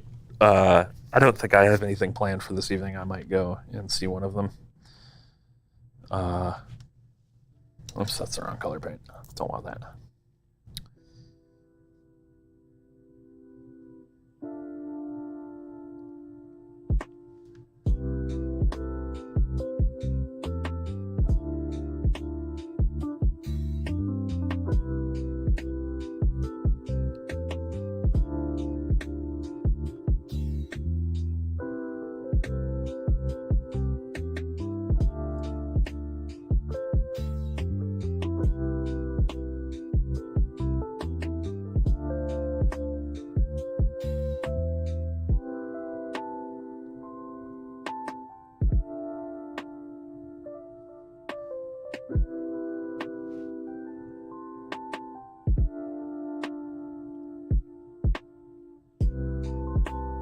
Did they compare it to 12 Angry Men? I did watch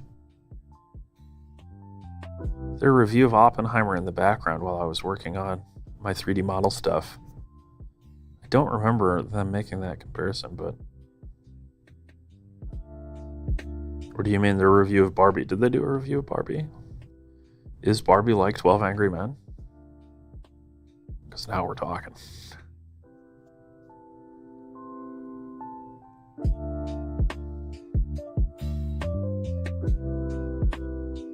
Oh, I see an area I missed before. Damn it.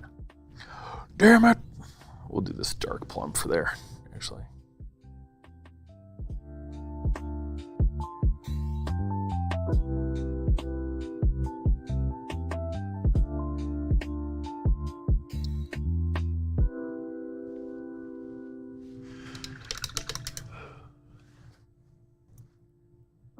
Oh.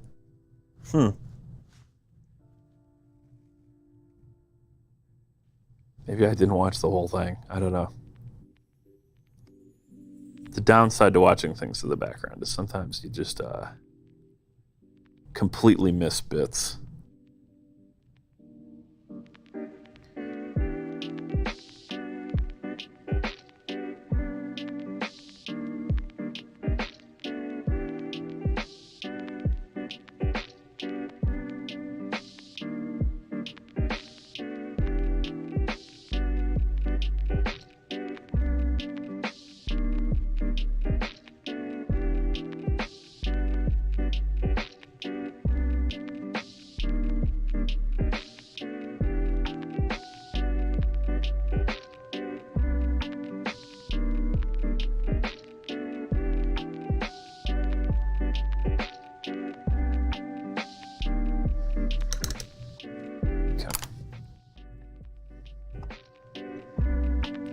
Big old glob on him.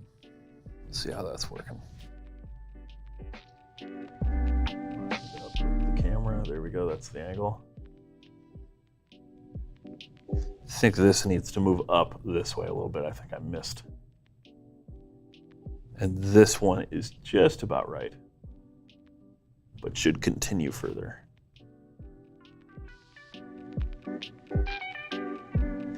"12 Angry Ken." Ooh boy, now we're cooking.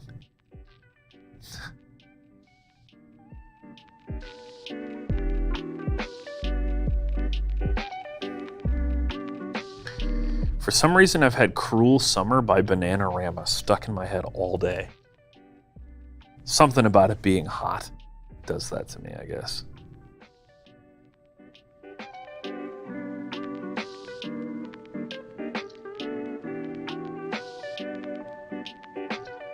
All right, so we are going to basically just widen the stripe upwards because we'll take it down in size from the bottom later.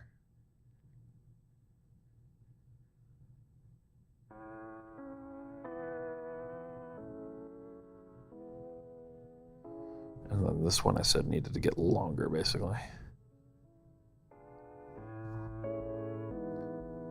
I think I'll just widen it, and then it'll read better.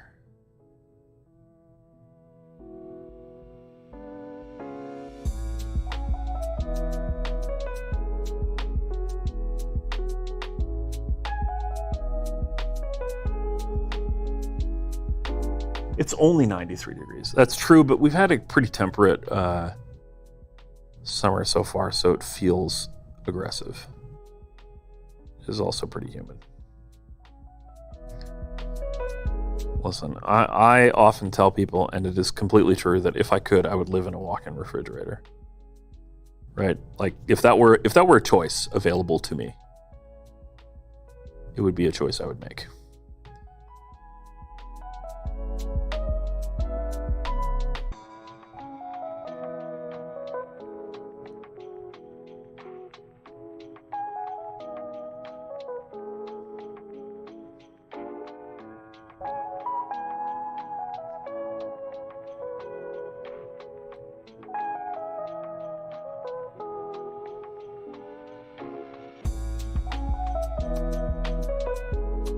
In fact, earlier Scott was like, "Is it a good temperature in here for you?" Damn it.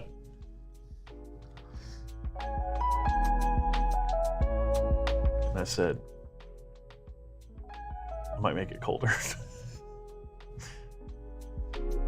He put on a sweatshirt.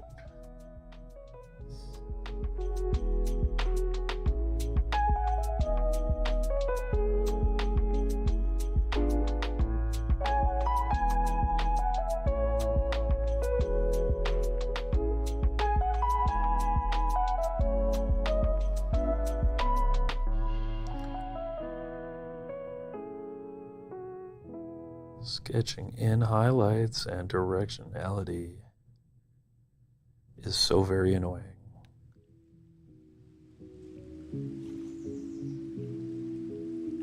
But it's sort of the name of the game.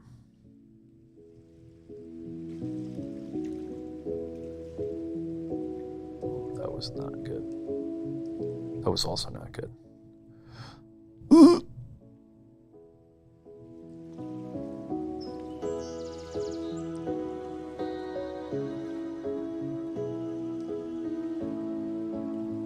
Okay.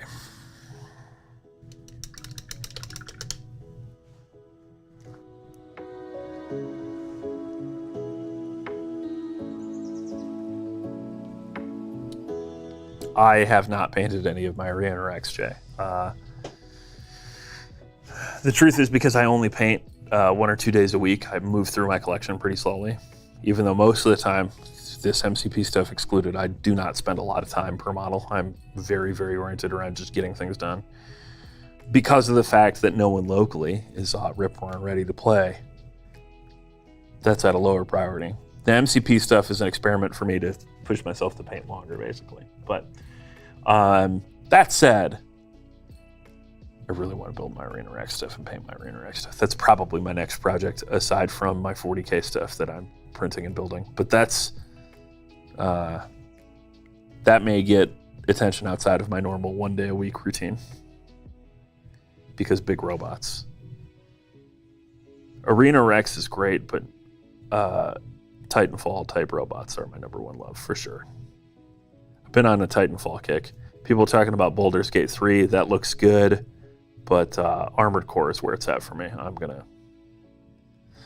take like a week off from everything, my whole life, from sleep, games, living.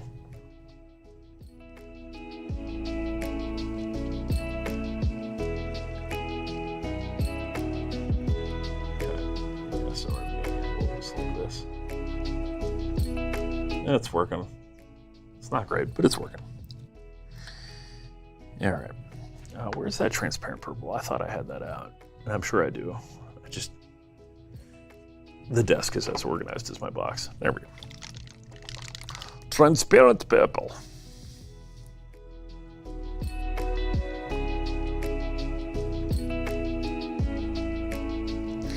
These transparent colors are awesome. They're so saturated.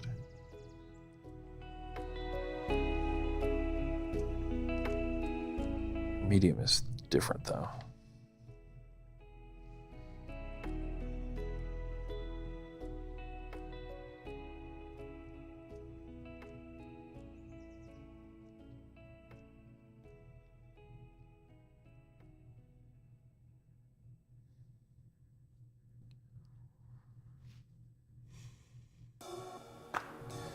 Less transparent than I was expecting. Thinner. We will go thinner. There we go.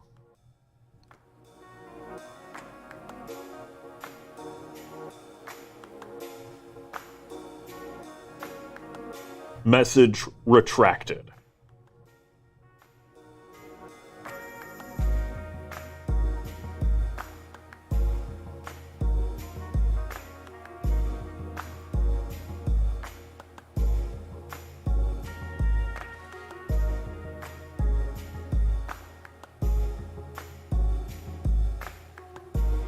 Love seeing stuff like that.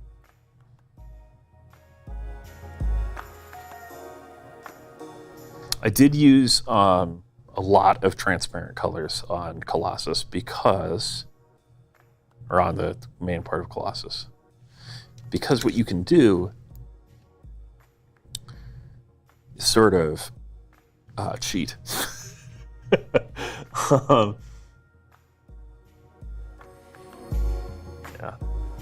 Yeah.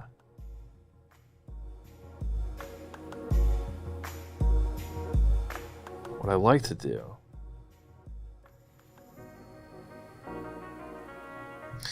is get a sketch going, and then I go, this whole thing is too bright. A little bit of transparent black.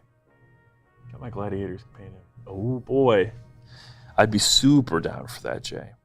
Now that said, that means that I gotta get my Ludas together. I have Otham and Tullus is painted. I painted him ages ago. And I have the guy from the 3 starter guys that's like, looks like he's about to Hulk smash. He's mostly painted. He's like 90% done. But my other 2 from that starter set, I was working on them right before the pandemic started, and I didn't store them properly, and I think I might have lost one of their heads and one of their weapons. So I might have to like rebuy them or reach out and say, hey, can I get some sprues? I definitely totally fucked this up with too dark a purple. It's okay. We are going to fix it.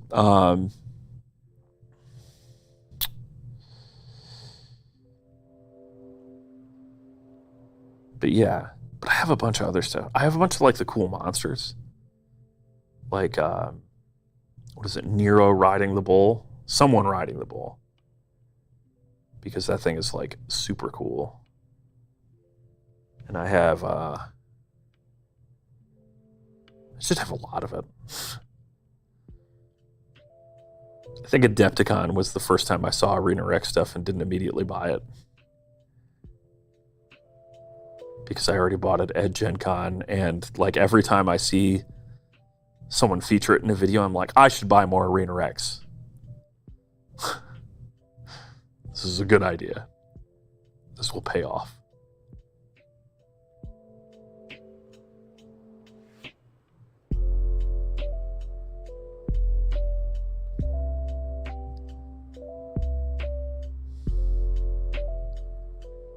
And what's funny is reading about the game and stuff, and the little bit I've looked at it, seems like the kind of game Scott would really like.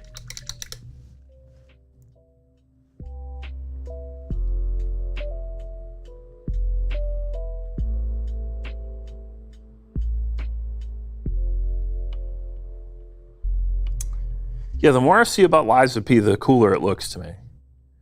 There's a lot. This is a crowded gaming season, I feel like. There's Starfield, there's Baldur's Gate, Armored Core, what's it face? Final Fantasy just came out, and that's very popular. What else am I forgetting about? I mean, Lies of P is soon. I don't know if it's this season soon, but it's soon.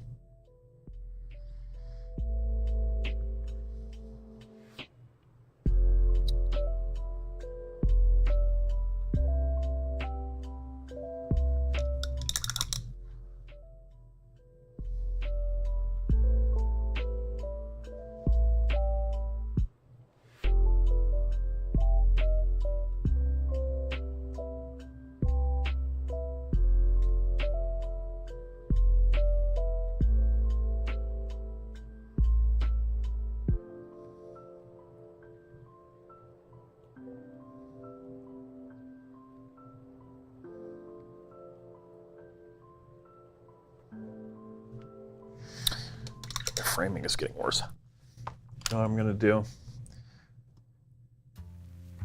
I'm gonna turn this downwards just slightly because I'm tending to paint lower.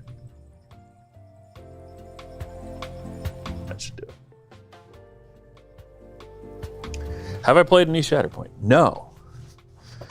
Do I want to play Shatterpoint? Yeah, but I don't want to buy Shatterpoint. There's enough Shatterpoint stuff floating around between Scott and Dan that I have a feeling that I'll get some hand-me-downs at some point. I really want to paint the Clone Commanders because Republic Commando is the best Star Wars property.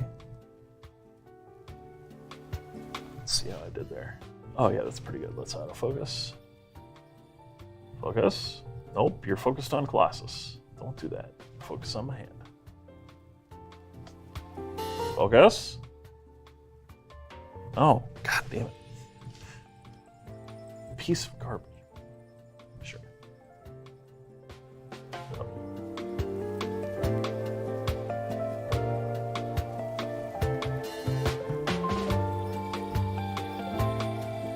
Well, it's working. It's on its way.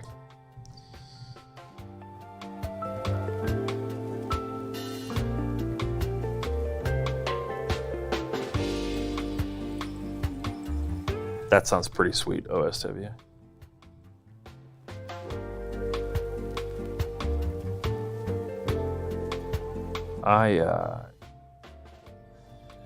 My main problem with Shatterpoint right now is that there are very few things in the game that I'd be excited to play.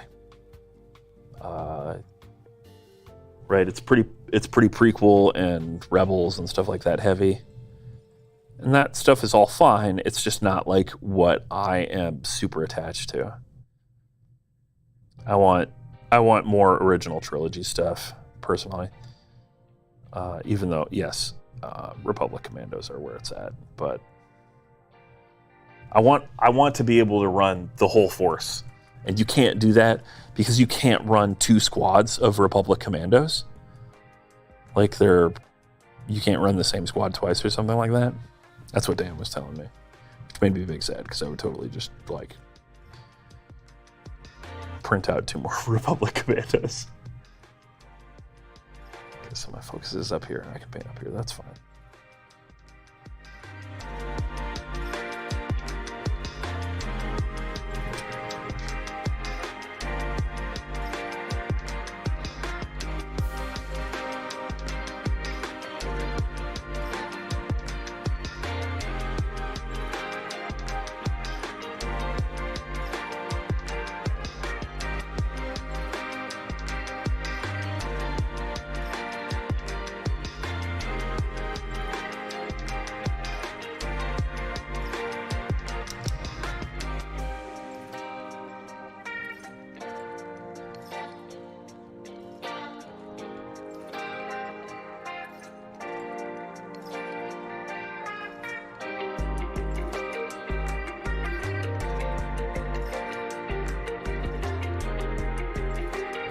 Not vibing with the gameplay, huh, Jay? All right, so take me through it. What is the hang-up? Right, because the system seems pretty solid. The thing that jumps out to me when I looked over the rules and stuff is, and let me know if this is on the same track that we were thinking. It seems like damage profiles, you know, like you have these things that you move through, all these things that happen when you're really successful, but like the actual profile of how things play out theoretically ends up being too even, maybe. Am I on the right track here? Yeah, Jawas would be pretty sweet. Jawas would be pretty cool. Dark Troopers. I would take Dark Troopers.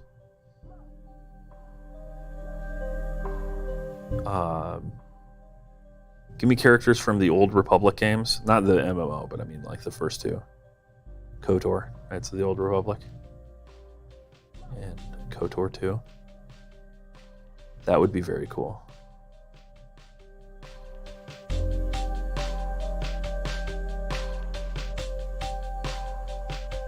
Nice. Night Hunt on the cheap, like that.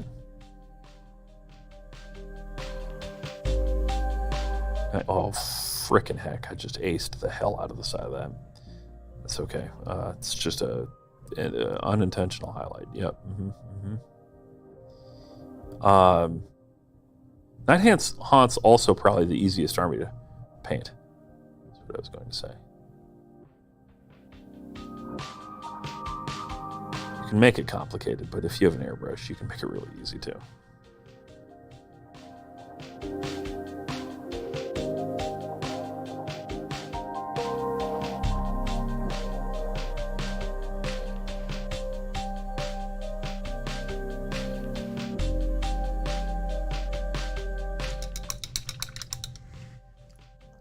Star Wars is an interesting setting, but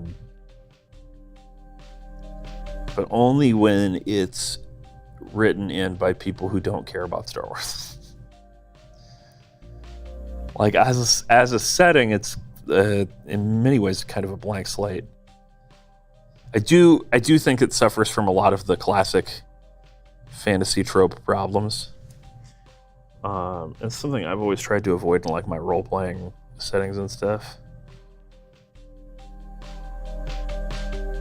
which is the numbers are just too damn big. What? This government's lasted for 20,000 years? That doesn't make any sense. Like that kind of stuff.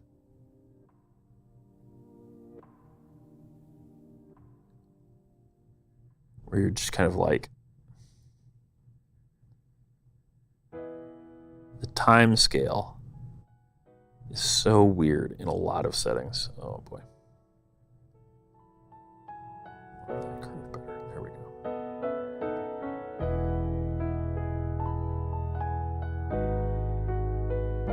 Also just aced the crap out of that little circle, which is fine.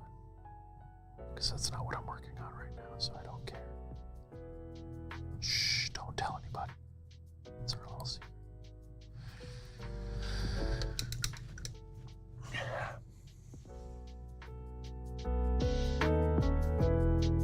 Yeah, exactly. Like that, just looking at the rules, because again, I haven't played it.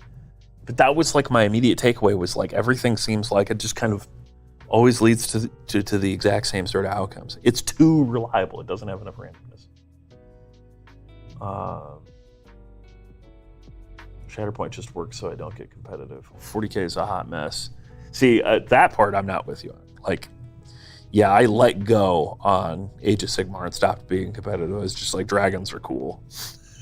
Like, I bought like weird wizard stuff because the weird wizards are cool. I tried them against Stan. They weren't good. I won the game, but they weren't good. They were clearly bad. Like the most recent Underworld's Warband, like with the guy that's Rock Nito or whatever. But like, yeah, exactly. It's just random. I don't care. It's fun. We had a good time. A good time was had by all. So I can like let go. I don't have to be competitive in AOS or games like it. I feel like if I played Shatterpoint, I would be an incredible sweaty tryhard trying to squeeze out every last drop of performance from my faction in the game. I'm just mixing up a slightly brighter highlight. Or not brighter, more desaturated, but whiter. Because that's going to go. Oh. Listen, I suck at painting. That's what I have to say.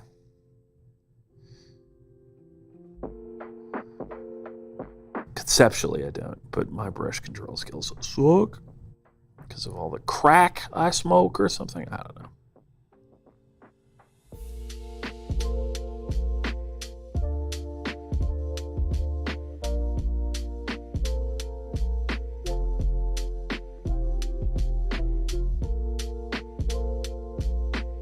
See, now I'm back down low. Focus.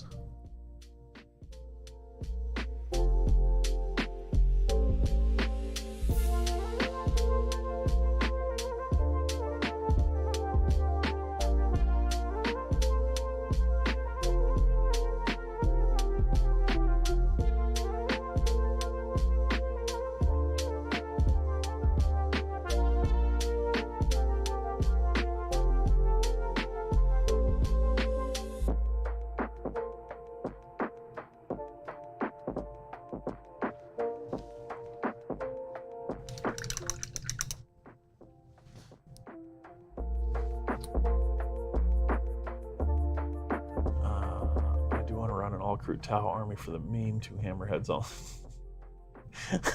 Sure. You have a lot of control over the random nature of Shatterpoint when you start getting good at it. Low skill floor, but also a high skill ceiling. Okay, if you say it has a high skill ceiling, I believe you. It strikes me as being a relatively low skill ceiling, which isn't necessarily a fault with the game. I am painting Shatterpoint figures, and that's a common complaint about Shatterpoint as well, where it's like more solvable or whatever.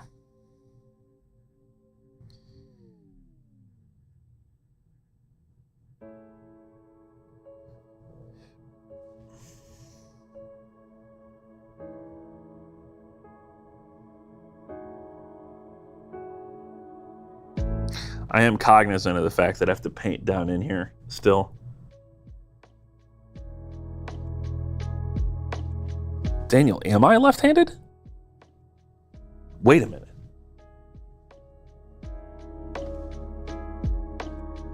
Yes, I am a communist. Yeah, I am left-handed.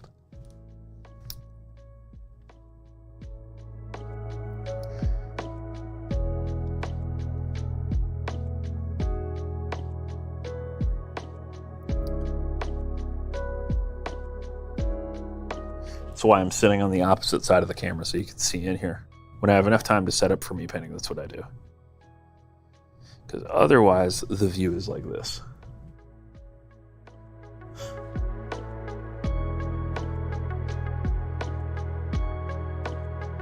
Yeah.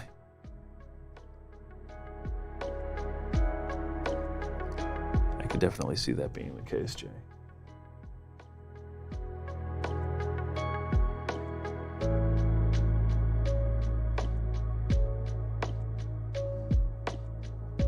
Oh, I just put my hand in paint. That's what the apron's for.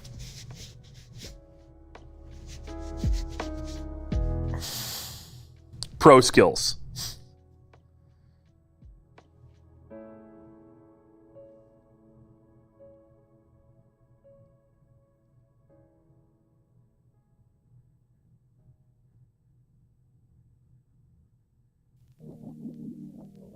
I gotta figure out what the hell I'm doing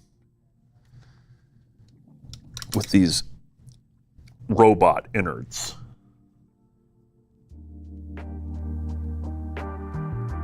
I think honestly just like gray is probably fine. That's black wash, that's coal black. Dark neutral gray. Let's get some in there and see what we're looking at.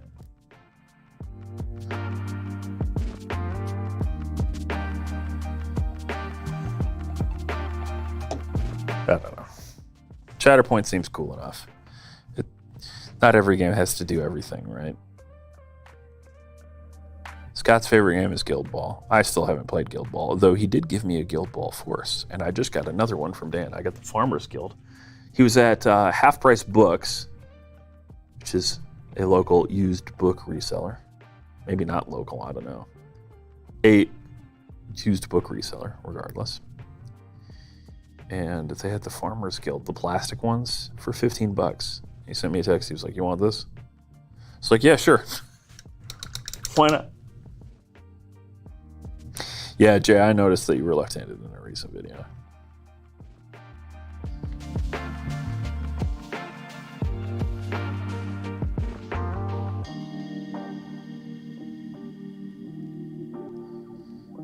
Being left-handed is pretty great.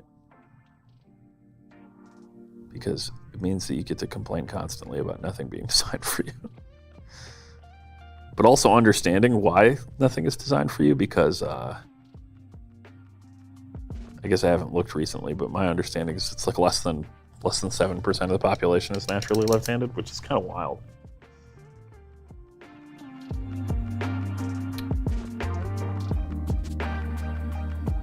Crude it up. Hashtag nothing but croots, baby. Mess with the croot and you get the goot. Yep, sure.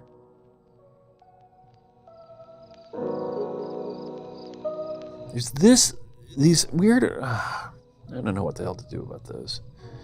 I guess those could be the purple too. Yeah, sure, that's what I'll do. All right, that's fine. I should save a lot of this for when I actually flip it over, but I just wanted to see what gray looks like on this stuff. Gray mechanical bits. Because there's definitely going to be some purple on the underside too.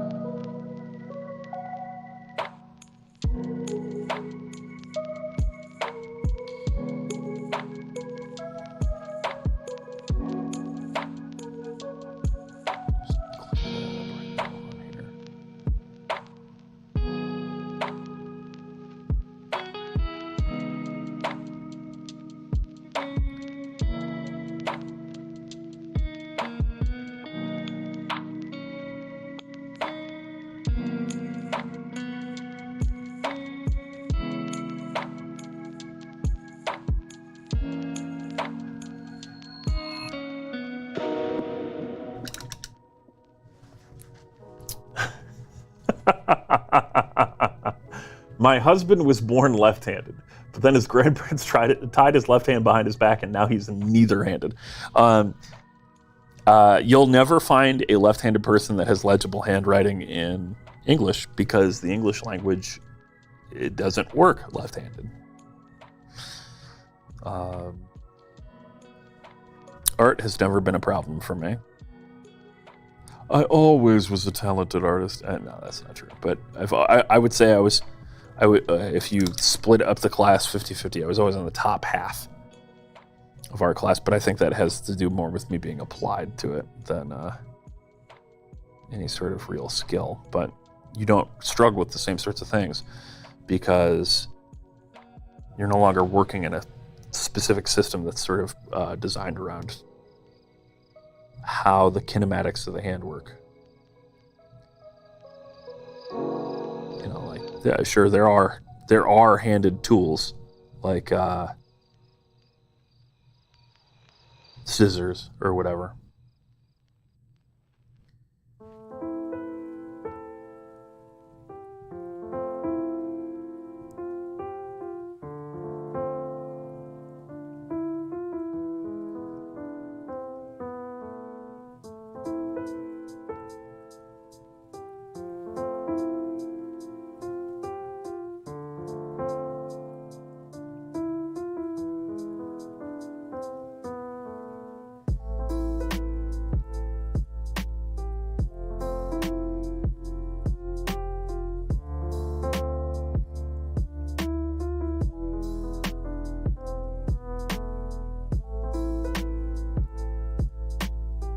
Here I was saying I wasn't going to make this too shiny. I made it quite shiny. Jay, we're just experimenting with streaming on YouTube. I don't know if we're actually going to make the switch permanent. You could ask Scott. It is, after all, his channel. But we wanted to give it a go. The streaming on YouTube is really nice in the sense that, and I explained this earlier, when the stream is over, it's done. Because we don't like having the VODs on Twitch when we're streaming to Twitch because there's no discovery, there's no monetization. The Twitch is a very good live stream platform, but doesn't really do anything else well. Yeah. The other nice thing, and you know, people don't comment on this because they don't really care, but whatever. The other nice thing is that the quality of the stream is actually higher on YouTube. We're running like 40% more bitrate here, something like that.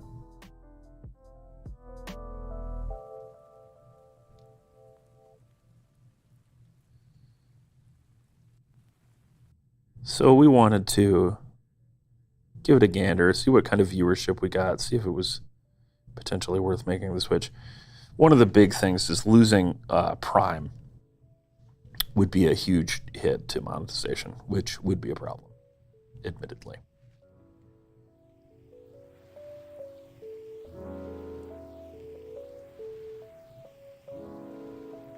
Since Scott wants to play Wood Elves so bad, and if he can't wait for the old world, he should just 3D print the 10mm Wood Elf strips and play War Master, the Warhammer Fantasy Epic scale. That would be pretty cool.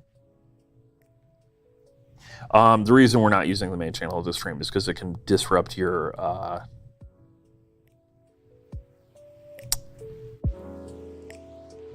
metrics. I don't know what the word would be. It can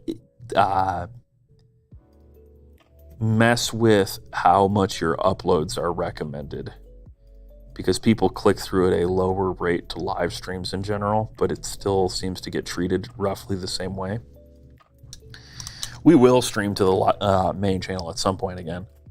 You know, like Scott did it for the Kickstarter final drive or launch. I can't remember when that was.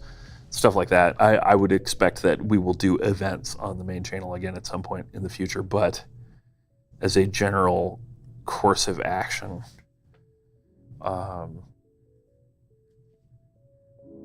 think that it works, but it works better for channels that do like uploads like every day.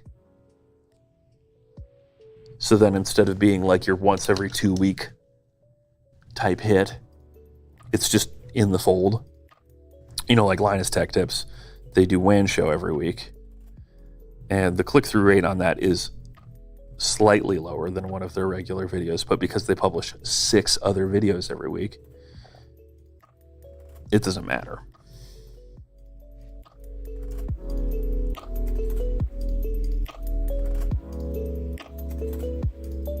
Yeah.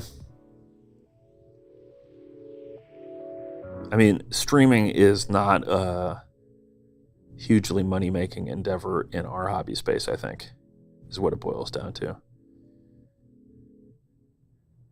That's the outside-inside baseball thing. It's such an uphill battle. We enjoy doing it. Obviously, I enjoy doing it because it's like why I'm here. But Scott enjoys it, which is why we do it. It just needs to pay for itself. And the problem is that, you know, like, it's why it's Scott's over there working on a video. It's because that's what actually pays the bills. The streams don't. The streams pay for themselves. But if it's a choice between the two, this is a YouTube channel first, not a stream first. And that's fine. But it is what it is, right?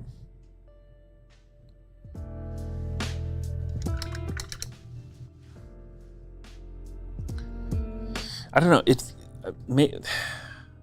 I would love to get you guys' thoughts on this. Is the hobby dying? No.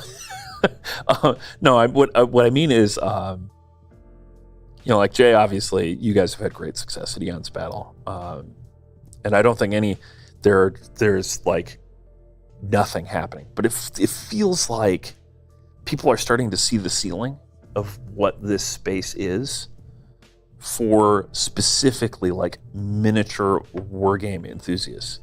Like you got like Emil's channel. He's almost at 600,000 subs, I think, like 570 off the top of my head. Something like that. But it just seems like that number stopped growing for him. Same thing for Midwinter Minis hasn't seen a lot of growth and stuff. And like, you know, like the numbers that the videos do in the space seems to have tapered off a bit across the board. You know, obviously there's some movement between creators where one is doing better 1 month and then another's doing better another month. But it just seems like we're starting to see the ceiling on YouTube of what it will actually recommend, or how many people are interested in watching videos about like Warhammer stuff and stuff. Warhammer figurines, obviously, because like lore videos and stuff from channels like Luton HD do very well. And more power to them.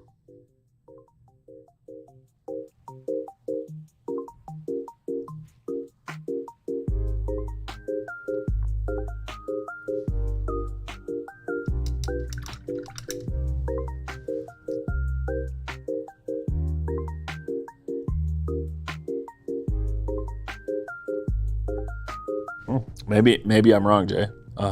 This is just my understanding of like why some channels recommend against it. So.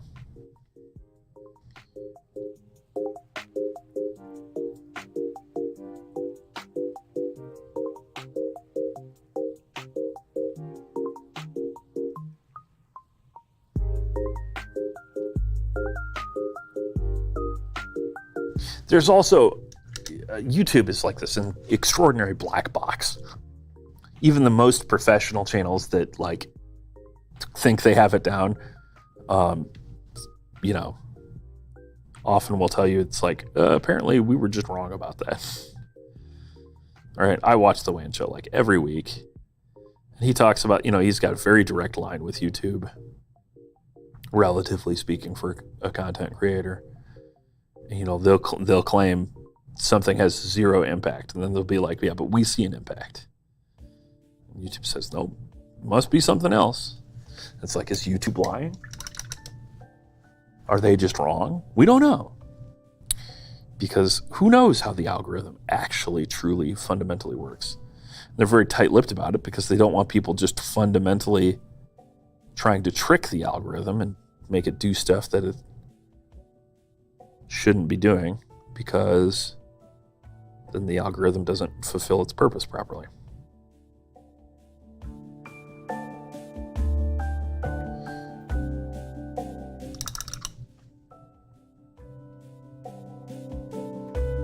I mean, that's definitely true, killing us softly.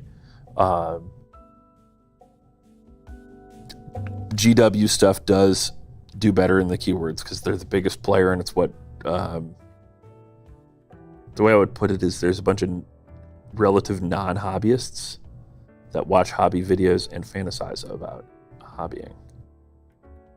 And the fantasy, because of how effective GW has been about their product stack, the fantasy is building a Space Marine army or whatever.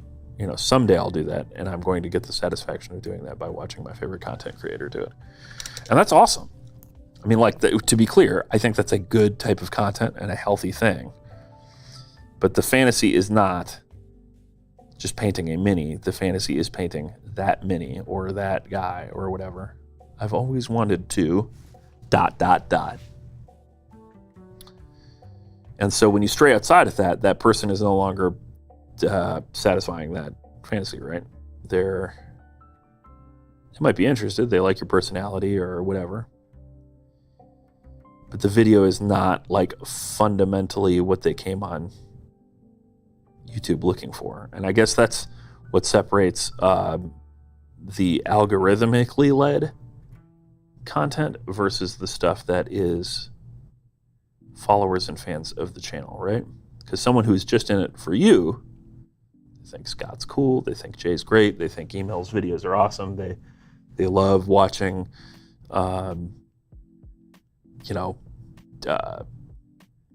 Peachy on the podcast or whatever, right? That's great. And those views are awesome. And a lot of you guys are hanging out in chat right now. That's all here for it. But how much of the audience is that, right? I often wonder about that. How much of that can be grown versus the people who, just want to watch heavy metal Marines or whatever. Different strokes for different folks, right?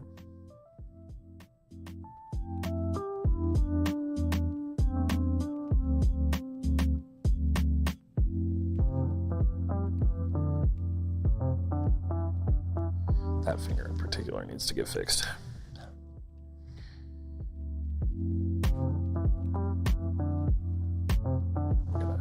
I'm gonna stop for a second and catch up on chat because I've been painting and talking for a while and not reading.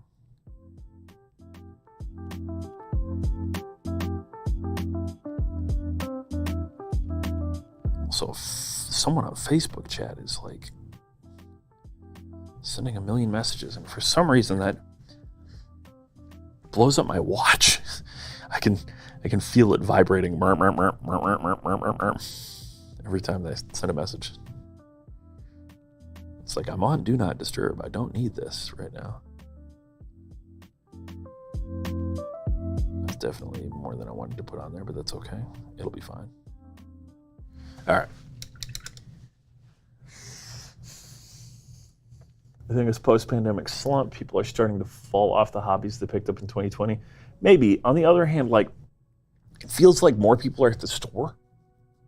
Like I said, like paint night now at the Source, we have 25 to 35 people every Monday for paint night, and that's the biggest it's ever been, including before the pandemic when we did it. Before the pandemic, paint night was 2 rows of tables, and now it's 3. It's the biggest it's ever been. And yeah, we've been driving recruitment on that. Like, whenever I'm in the store and people see people shopping for paint, I'm like, check this out, community paint night, come on Mondays, that kind of thing. But maybe you're right. Maybe there are less people hobbying at home or they're doing other stuff. Totally believe it. Dwarves are cool. I'm super more on board with dwarves.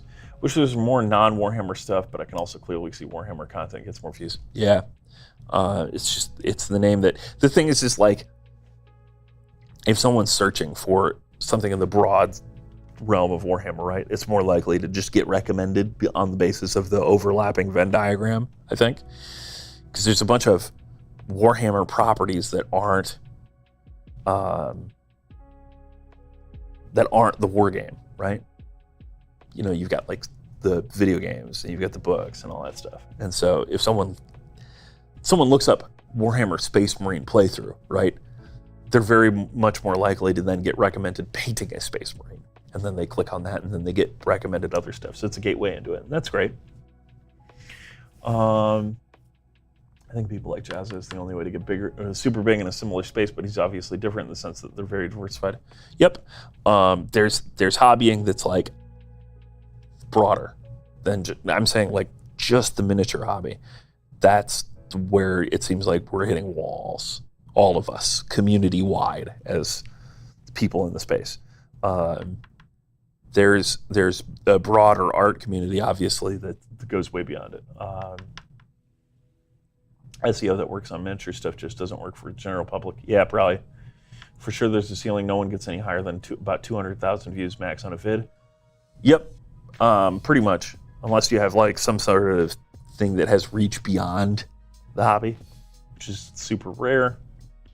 A lot of YouTubers I watch prefer non-GW sculpts, but it doesn't get the views. True here too. I mean, actually, no, that's not quite fair. GW, we in the office agree is like top tier of like non-bespoke, handmade kind of minis. The issues are, you know, they do the thing and then do they do the other stuff? Nah, that's not our thing. So whatever.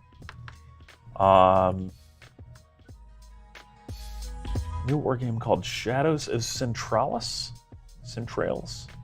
where it's model agnostic and even has a forward by Rick Presley. That's cool. I mean, there's a lot of model agnostic war games out there, and we want to demo quite a few of them because they're cool. The problem with them is without a core identity, right? A model agnostic game can be really, really great, but if it doesn't have a core identity, it doesn't sell itself. Because people don't buy a game. People will tell you that they buy a game for the gameplay, but they don't just buy a game for the gameplay. They buy it for what the game is, which includes the art on the box and what the models are and the themes of the setting and stuff. How a game plays is important, but it's mostly important to keep you playing it. The way to get someone into a game is look at how cool this is. And that's what GW excels at. I have a hobby content recommendation for anyone looking fresh. Recently started watching the Painting Phase podcast. Yeah, I just mentioned that. Peachy and stuff. Yeah, they're great. A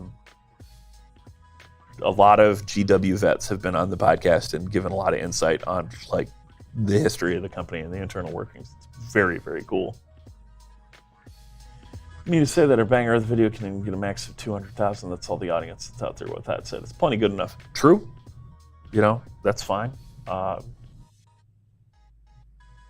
Finally out of work and can participate. Hello. I'm going to get back to painting in a second here. I'm almost caught up. I watch because I want you all to succeed. I want this to be a viable income for YouTubers. Eon's Battle included. Working on my work stage now. Well, we appreciate that. The best way to support, truthfully, obviously watching, clicking like. Click like now. You know, this is on YouTube. I can actually tell you to do that. The best way to support is obviously, you know, like we have a Patreon. Jay's got a Patreon. Everyone's got like a Patreon or something similar to that. You know, buy me a coffee. And those are hugely impactful because it means that like, you know, like Scott uploads on Scott's schedule, right? It is not like we do a video every day or every week or whatever. We would like to, I'm sure.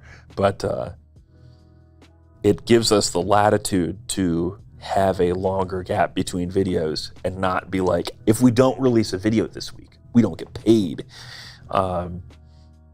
Which means that we can make content that's of a more rigorous quality standard, in my opinion. So yeah, follow the hobby Patreons of things that you really value. I do the same. I'm a follower of quite a few things. Also, I'm still a Twitch sub for our own channel, which is, you know, it's fine. I'm just paying myself, I guess. Let's common in the streaming space, right?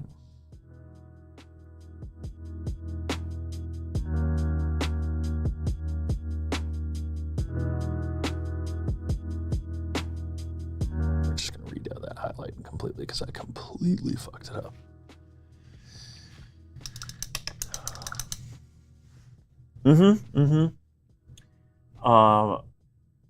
I also know that Jay and Eons of Battle, they constantly are recommending a specific hobby store, and I can't remember off the top of my head, Jay, and you can feel free to hop in chat and post a link, and it'll probably get auto-modded, but whatever.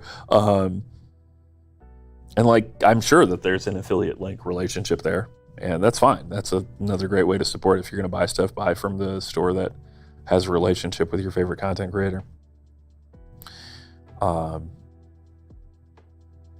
And you know, there's all the advertising cross promos and stuff like that too. You know, you hear it on Trapped Under Plastic, where it's like, hey, buy this thing, use our code, and that, you know, use that code, and there isn't necessarily, it depends on the deal, but there isn't necessarily a kickback on that, using that code necessarily, but sometimes there is, where it's like, every person that buys using your code, also, you get an additional $1 or whatever, right? Sometimes, often, it's just a way of tracking, you know, like, we know 20,000 people watched this video. How many of them listened to you and went to the site? We can see links, but we can't see people who just type in the address. But then you can see people that type in, you know, redemption code chair or whatever at checkout.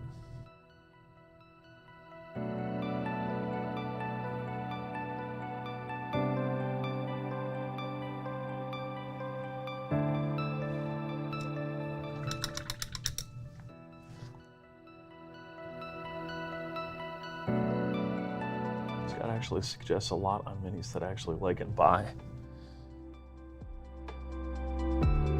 Good. It's working then.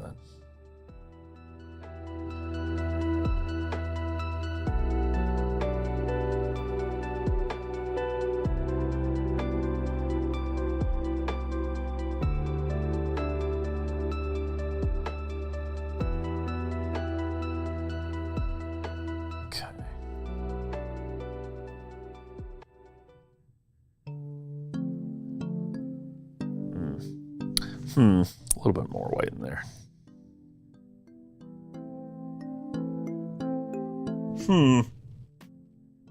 Valhalla hobbies. Yeah. Yeah. And it's like, yeah, I'm not, I don't think anyone would be against that. Or like shocked or aghast to learn, oh my God, there's a kickback. Jay's corrupt. They're corrupting him with their corporate influence. Like, yeah, it's just kind of how the space works. You know, so I come from a radio background, and you always hear like endorsements. Yeah, I know people are going to be like, what the hell's radio? It's that thing in your car that you normally hook up to your phone. You'll hear endorsement sponsorships where it's like, I tried Weight Watchers, for instance, or whatever new weight loss coaching programs going on. And they do try it. But there's a paid endorsement aspect of it. And then also, you know, like when they say, tell them the Rook sent you, or something like that. If you do that, there is plausibly, a clause that means that they get an additional kickback if it's properly tracked.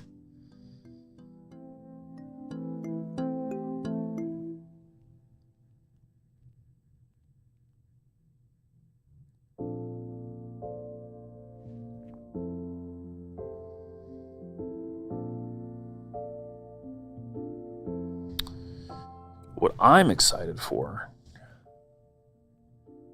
and I hope happens soon,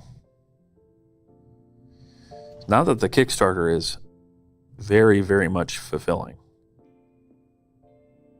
I got my Kickstarter stuff. Have you gotten all your Kickstarter stuff from Miniac Kickstarter, guys? I hope so. But soon, that stuff will go live on the store, and people will actually be able to just buy brush coffins and the minis. And the minis are cool. Let me tell you, the minis are very cool. I've been painting too low, I'm sorry. It's very hard to remember exactly. Staying in frame, easy. Staying in focus, hard. Still way dangerous. That's unfortunate. The irony is when I ordered my Kickstarter stuff, I had a need for the brush coffin, and I don't anymore because I carry around my brushes in a tube, and the coffin won't fit in my box anymore because I have too many Pro Acryl paints. Cue the sad music. I'll have to rework things so that I can rep the brand.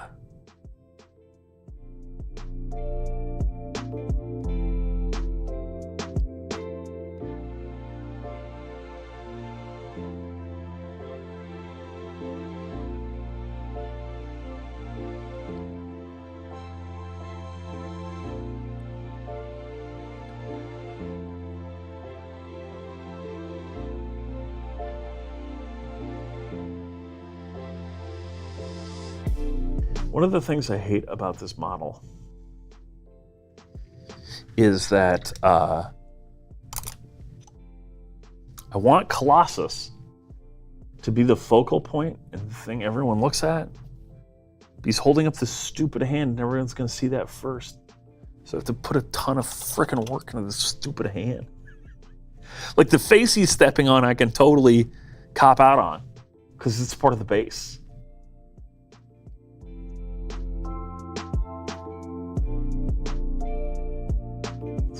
This is fine, that's coming along. It's just like silly. Only own one nice brush. I guess also it depends on what you define as nice. I'll tell you what, I'm using these Monument brushes. I've had this set for going on a year now, I think. I just bought the Pro Sable tube when I could, because they seem like they're always out of stock. I have heard that is going to be fixed soon. They have some sort of plan to move production to a place where that will no longer be an issue. I think they were talking about it in our chat a couple months ago. But I like them fine. You can kind of see this brush is starting to let go, but I've put a good amount of use into it. But once I reshape the tip, it's generally fine.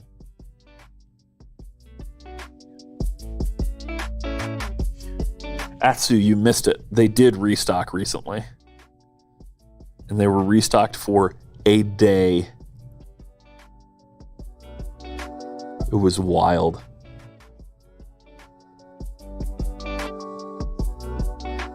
It was straight up like, hey, we have brushes. We're out of brushes. That's okay.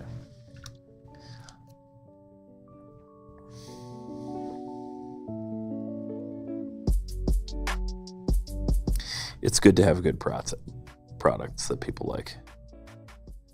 You know, even if sometimes that means that they sell out really quickly.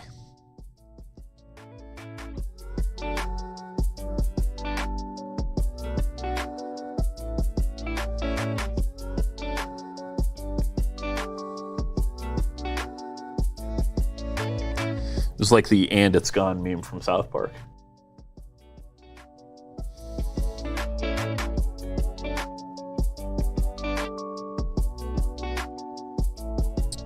That money in the account. Just gonna list those brushes on the site, and they're gone.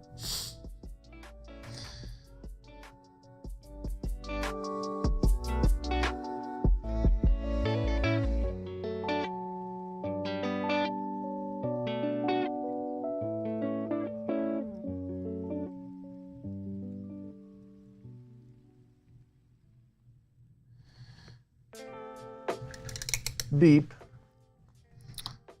Surprised no one's come barging in here to deliver a package this stream. I feel like that happens like all the damn time.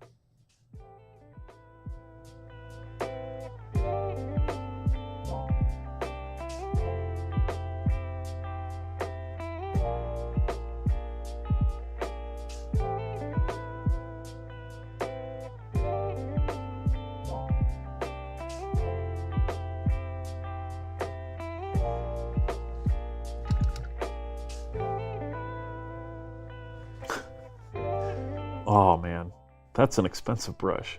I assume that's not a size 0 or something, kidding?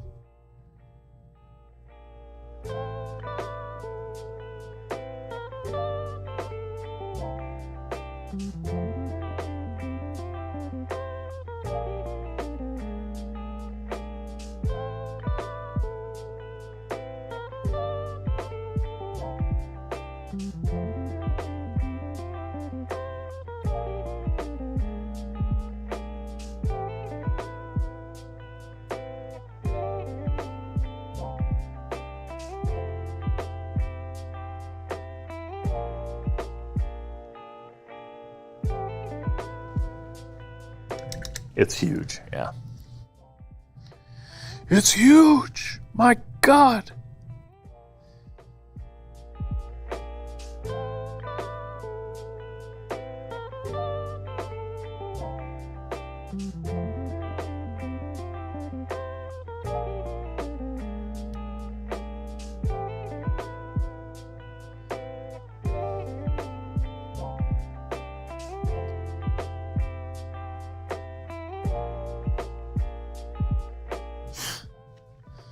I got a package for one chair person. Yeah, it's right here.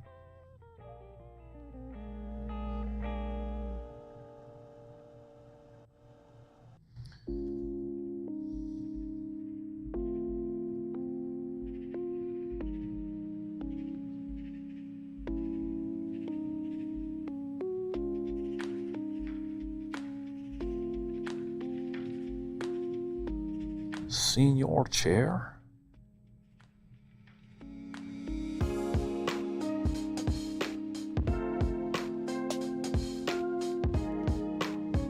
All right. How are we feeling about this?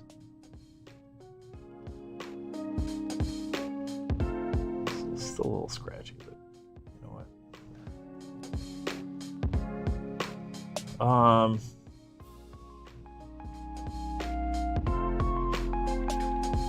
I'm not too worried about it. That's what I have to say again.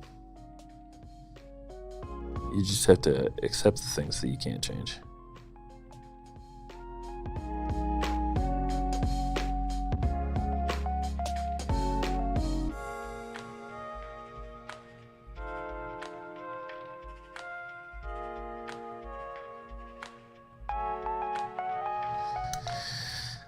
Luckily, we're not like pro Counter-Strike players or whatever who attract the crowd that's really into the idea of like swatting people and stuff like that.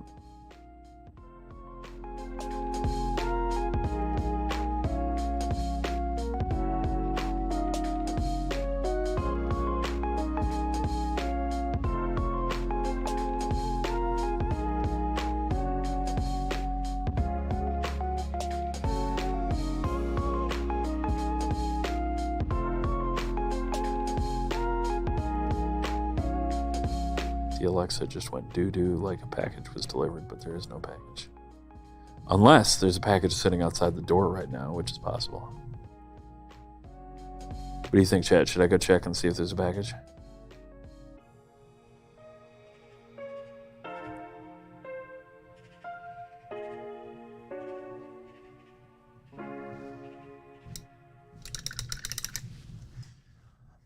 Don't you love that, Atsu? Oh, sweet, my package is here. And you look at the app and it says delivered to your front door. And you look at the picture and you're like, that's not my door. That's not my house. That's not my state. Where did you deliver this to? What is this? What is happening?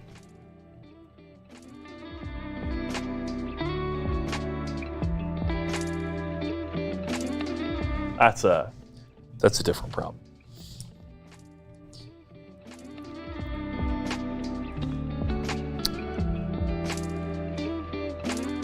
I've also got these like wires.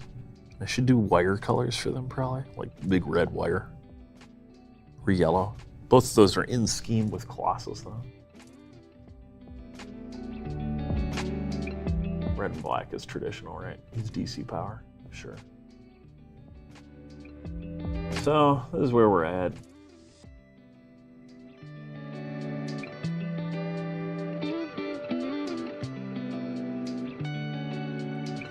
Funnily enough, that's actually federal law, kitten.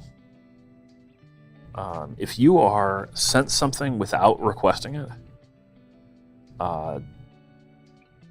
they, in many circumstances, can't even make you return it.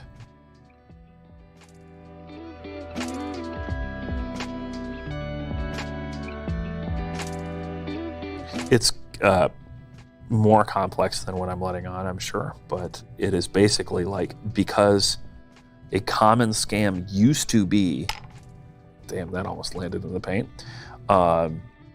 used to be sending someone something and then demanding that they pay for it and saying, well, they have the product, so we need payment. Very funny. Marvel, not DC. Yeah, everything in the Marvel universe runs on alternating current. You're right. You're right.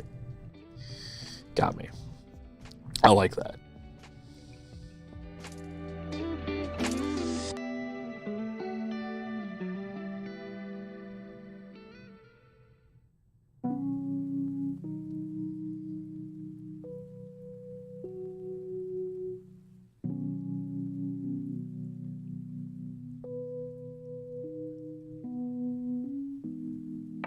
One might say that's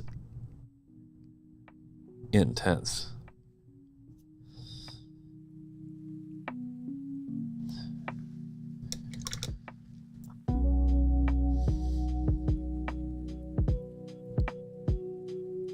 That's a nice little chunk.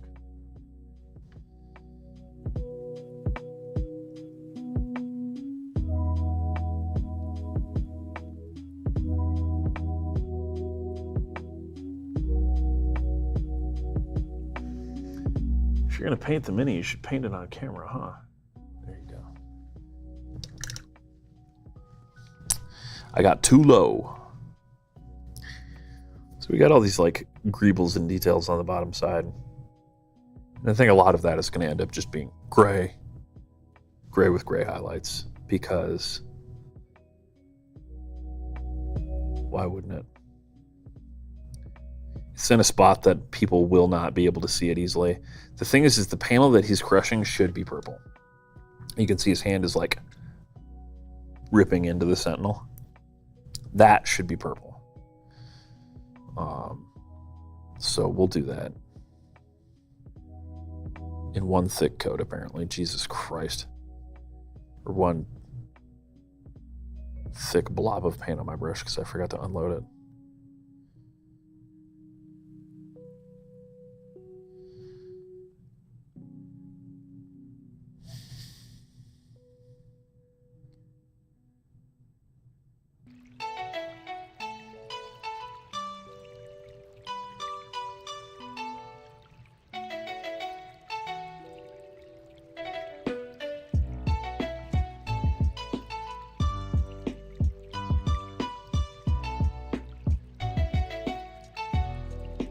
From the work desk to the painting desk. A long trip. Like multiple steps even.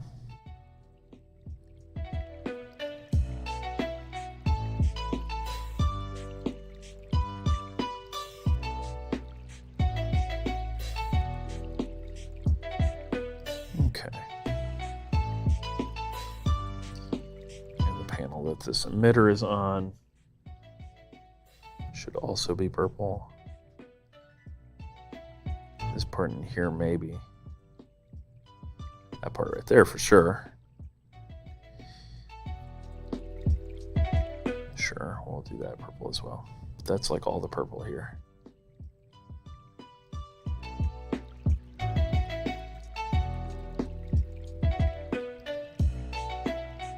Does anyone know, did they stick with, is this arm design actually what they used on the Sentinels? I was planning on buying those, and I probably will still at some point because I think they're really cool, Sentinel and Sentinel Prime. But only if we actually start playing this game, basically. But, I'm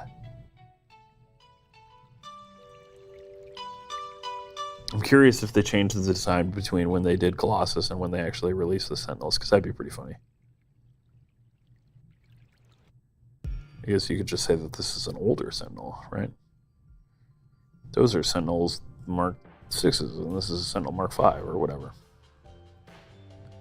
And that works. You know, you can avoid all criticism by making up excuses.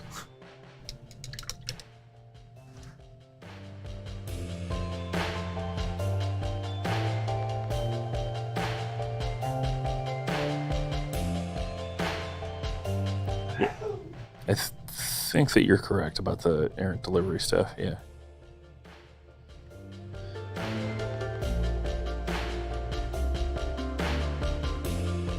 It was part of why the whole thing with the, you know, the Pinkerton meme was sort of surprising to me, but then I found out more about it and I realized that actually he was the intended recipient and it was potentially stolen goods rather than just misplaced goods. Because if they sent him the wrong thing truly accidentally and the error was theirs, they'd just be out of luck, from my understanding in American law. But if they sent, or if he defrauded them in some way, or someone defrauded them along the chain, then it becomes stolen goods, right? So I don't know. I don't know enough about the details of that case to comment in depth, but it was interesting to me. It also struck me as really penny-wise, pound-foolish on the front of Wizards of the Coast, where it's like, yeah, the leaks are already out there, man. It's over. You're not going to get anything out of this guy. Right? Getting the cards back didn't matter. It's too late. It happened. You just move forward. But, you know,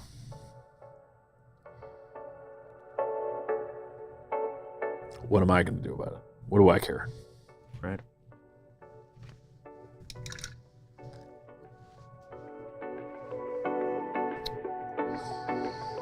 It's progress. I'm going to paint this arm for another like 8 hours probably. Fuck me. Kill me.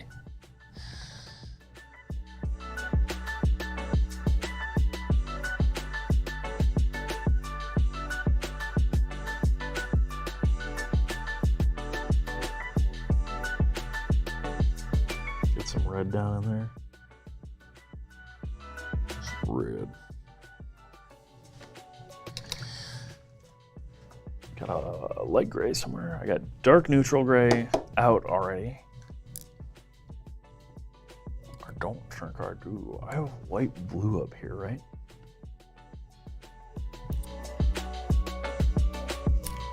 Which isn't open yet. Sorry, Vince. I've used red gray a lot, but not white blue. But I think this is perfect. Wow, look at that color. It's so pretty.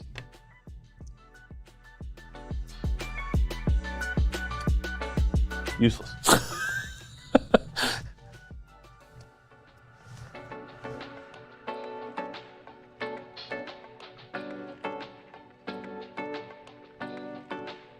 What? The racist commercial about an Inuit family receiving a snow tire. Implication being they only used dog sleds. I have no idea what you're talking about. Now, that said, maybe this is the sort of thing that I watch it and I go, oh, yeah. Right now, I'm just like totally lost. I do not remember that ad. Or PSA or whatever it is, right? But I believe you. Let's go a little lighter.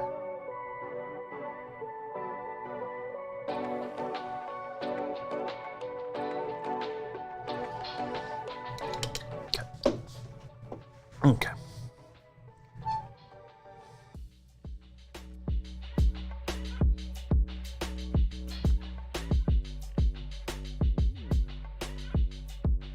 There's a gnat, like, on my face. You guys see this gnat flying around? Get out of here, gnat. No one likes you. fruit fly or whatever you are.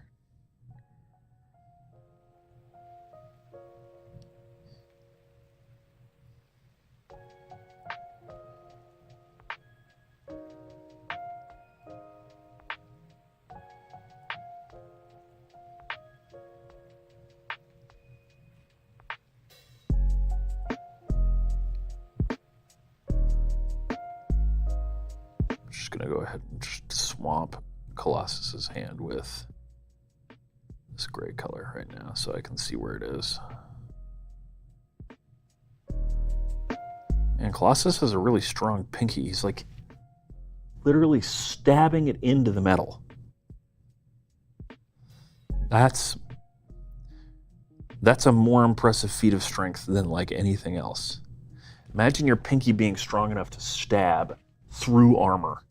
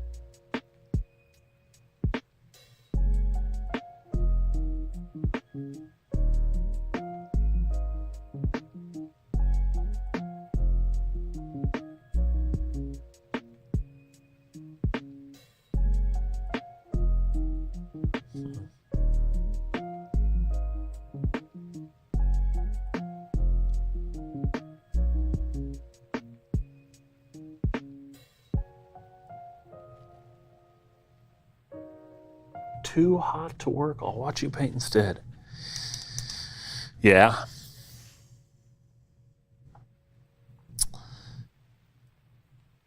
What are you doing for work that it's too hot to do?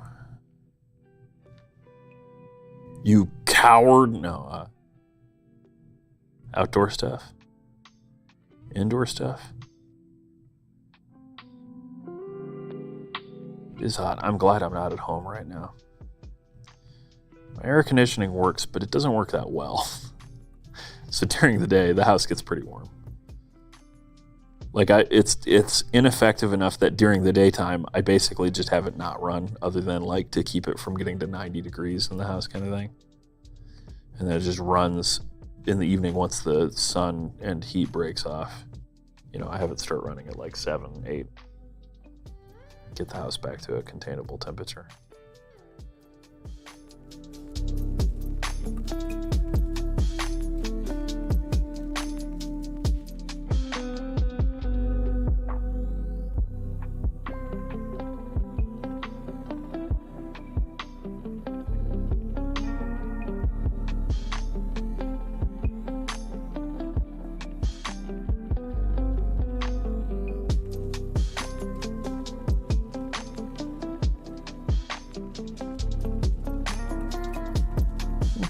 Okay.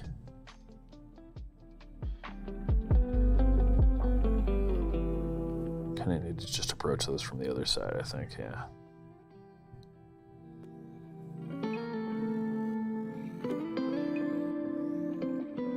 Get that in focus so you guys can see. We're illuminating details at the moment.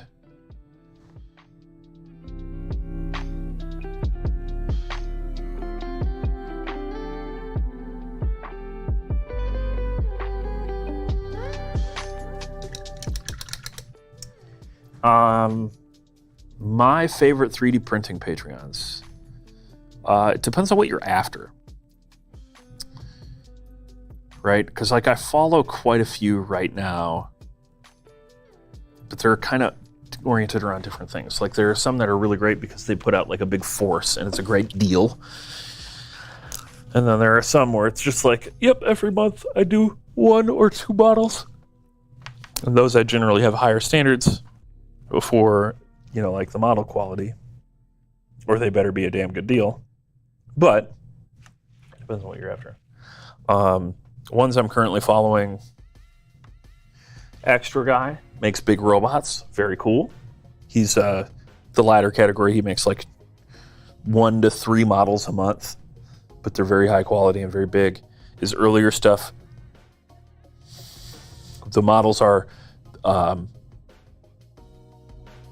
what's the word? They're not prepped for printing properly. They work fine, but they're like, there's some weird non-manifold errors and stuff. His more recent stuff is top notch. Witch Song Miniatures, always reliable, good amount of stuff. Lord of the Print does a good job of, like, if you want medium-sized forces, and I think they're all compatible with one-page rules and stuff like that. Big fan. Claymore Miniatures. I think Claymore is the one that's $1 a month. Maybe it's Witch Song, one of the two. And then Unit 9. I just bought a bunch of stuff from Unit 9 on the backlog that's going to make up like the brunt of my on-ground forces.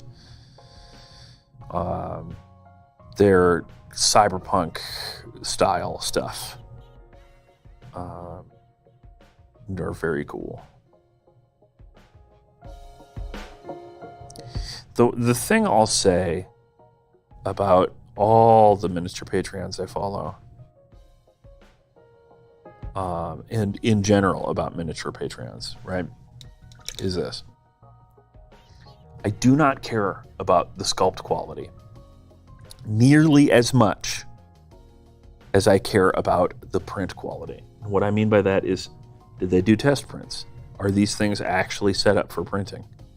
How much work do I have to do after printing to clean them up? And this is the thing, is that's much harder.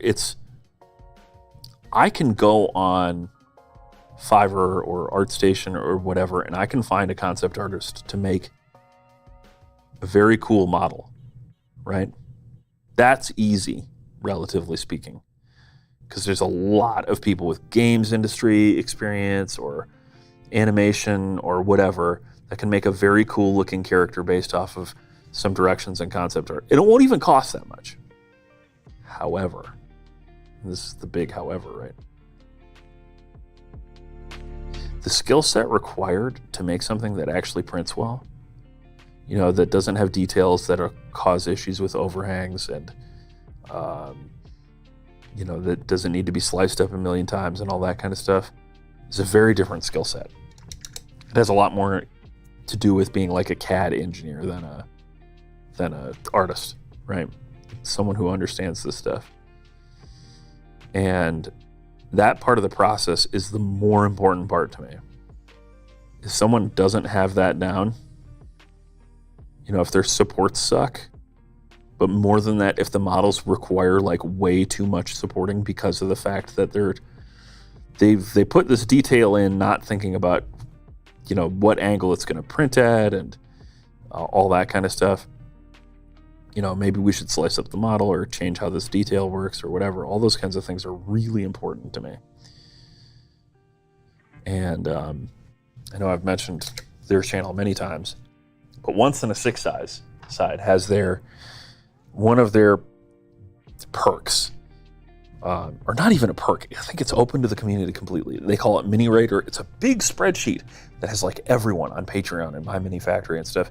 And not everyone has a rating, because not everyone that has looked at the list has submitted a rating for them. But they have a scale that says, here are the things that were, like these models were supported correctly, printed correctly on the first try, like all this kind of stuff, where it's like it's set up to print on various types of print settings, S tier. And then you have stuff where it's like the supports are okay, but they're not perfect. You had to support some islands, whatever. And then there's like claimed to be supported, didn't have supports, or was improperly hollowed and exploded, those kinds of things. So you have like tiers. Heroes Infinite is also cool. Yeah, there's, I have a few of their models. And to be clear, the ones that I mentioned are just like the ones at the top of my head. There's more that I've followed previously or that I've just bought from and haven't like followed. I already have enough STLs that I could print a mini a day, a unique mini every day for the next like 2 years, right? So, like with many things, the issue is actually that there are too many options. I got like the modular mechs. I haven't printed any of those yet, but I should. They're not quite the vibe that I'm looking for with this Force, but they may get printed as like crisis suits or something. I don't know.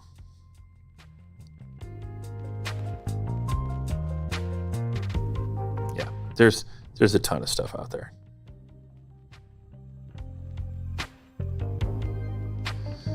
Okay. I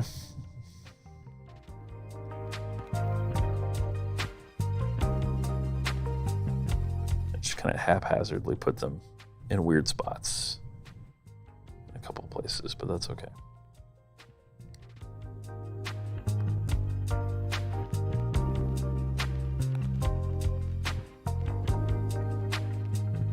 This is an area of the model that no one will ever see. I hate that feeling. You're just like, what am I doing? No one's ever going to see this.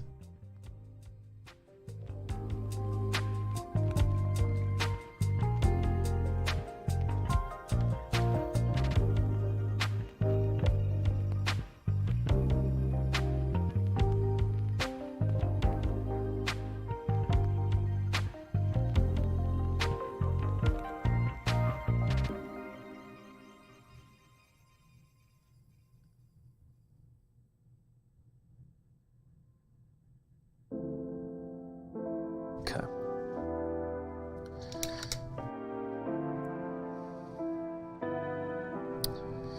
Well, that's what we're doing today. I mean, like, we're done. It's already 4. It's actually 4:15. Hard to believe, but like, zip. Here, let me show off Colossus with the arm roughly in place. Gonna use less of the ticky-tacky crap. There we go. Grab a little bit. Put it on his little weird hexagon thing.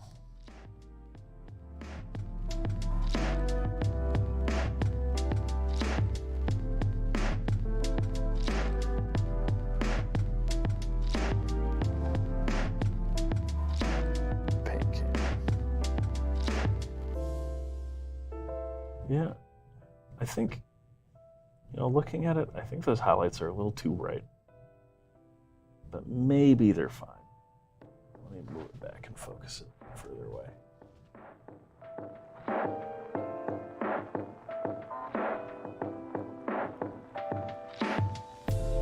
Right. Might bring the whole thing slightly darker. Basically go over the whole thing with transparent purple, very thinned down, to just kind of push everything down instead. But it's looking okay. Enter. Or not. Sure. Someone knocked on the door.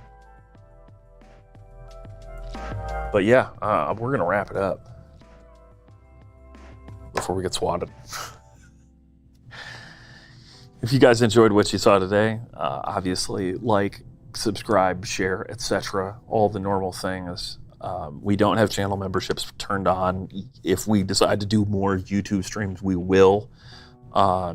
If you aren't already a member of the Patreon or a subscriber on Twitch or whatever, go ahead and do that. That's what allows me to be here to help make this happen.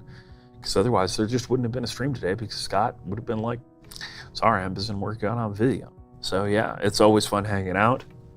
Yeah, pretty much. Appreciate the company. When I'm done with this, if you want to see pictures of it, it will be on the Discord. I'm pretty sure that everyone in the chat right now is in the Discord, but if you're watching this and you aren't in the Discord, you can be in there a couple of ways. Get subscribed on Patreon. Make sure your Patreon and your Discord account are linked, and it'll just automatically happen. And same thing with Twitch.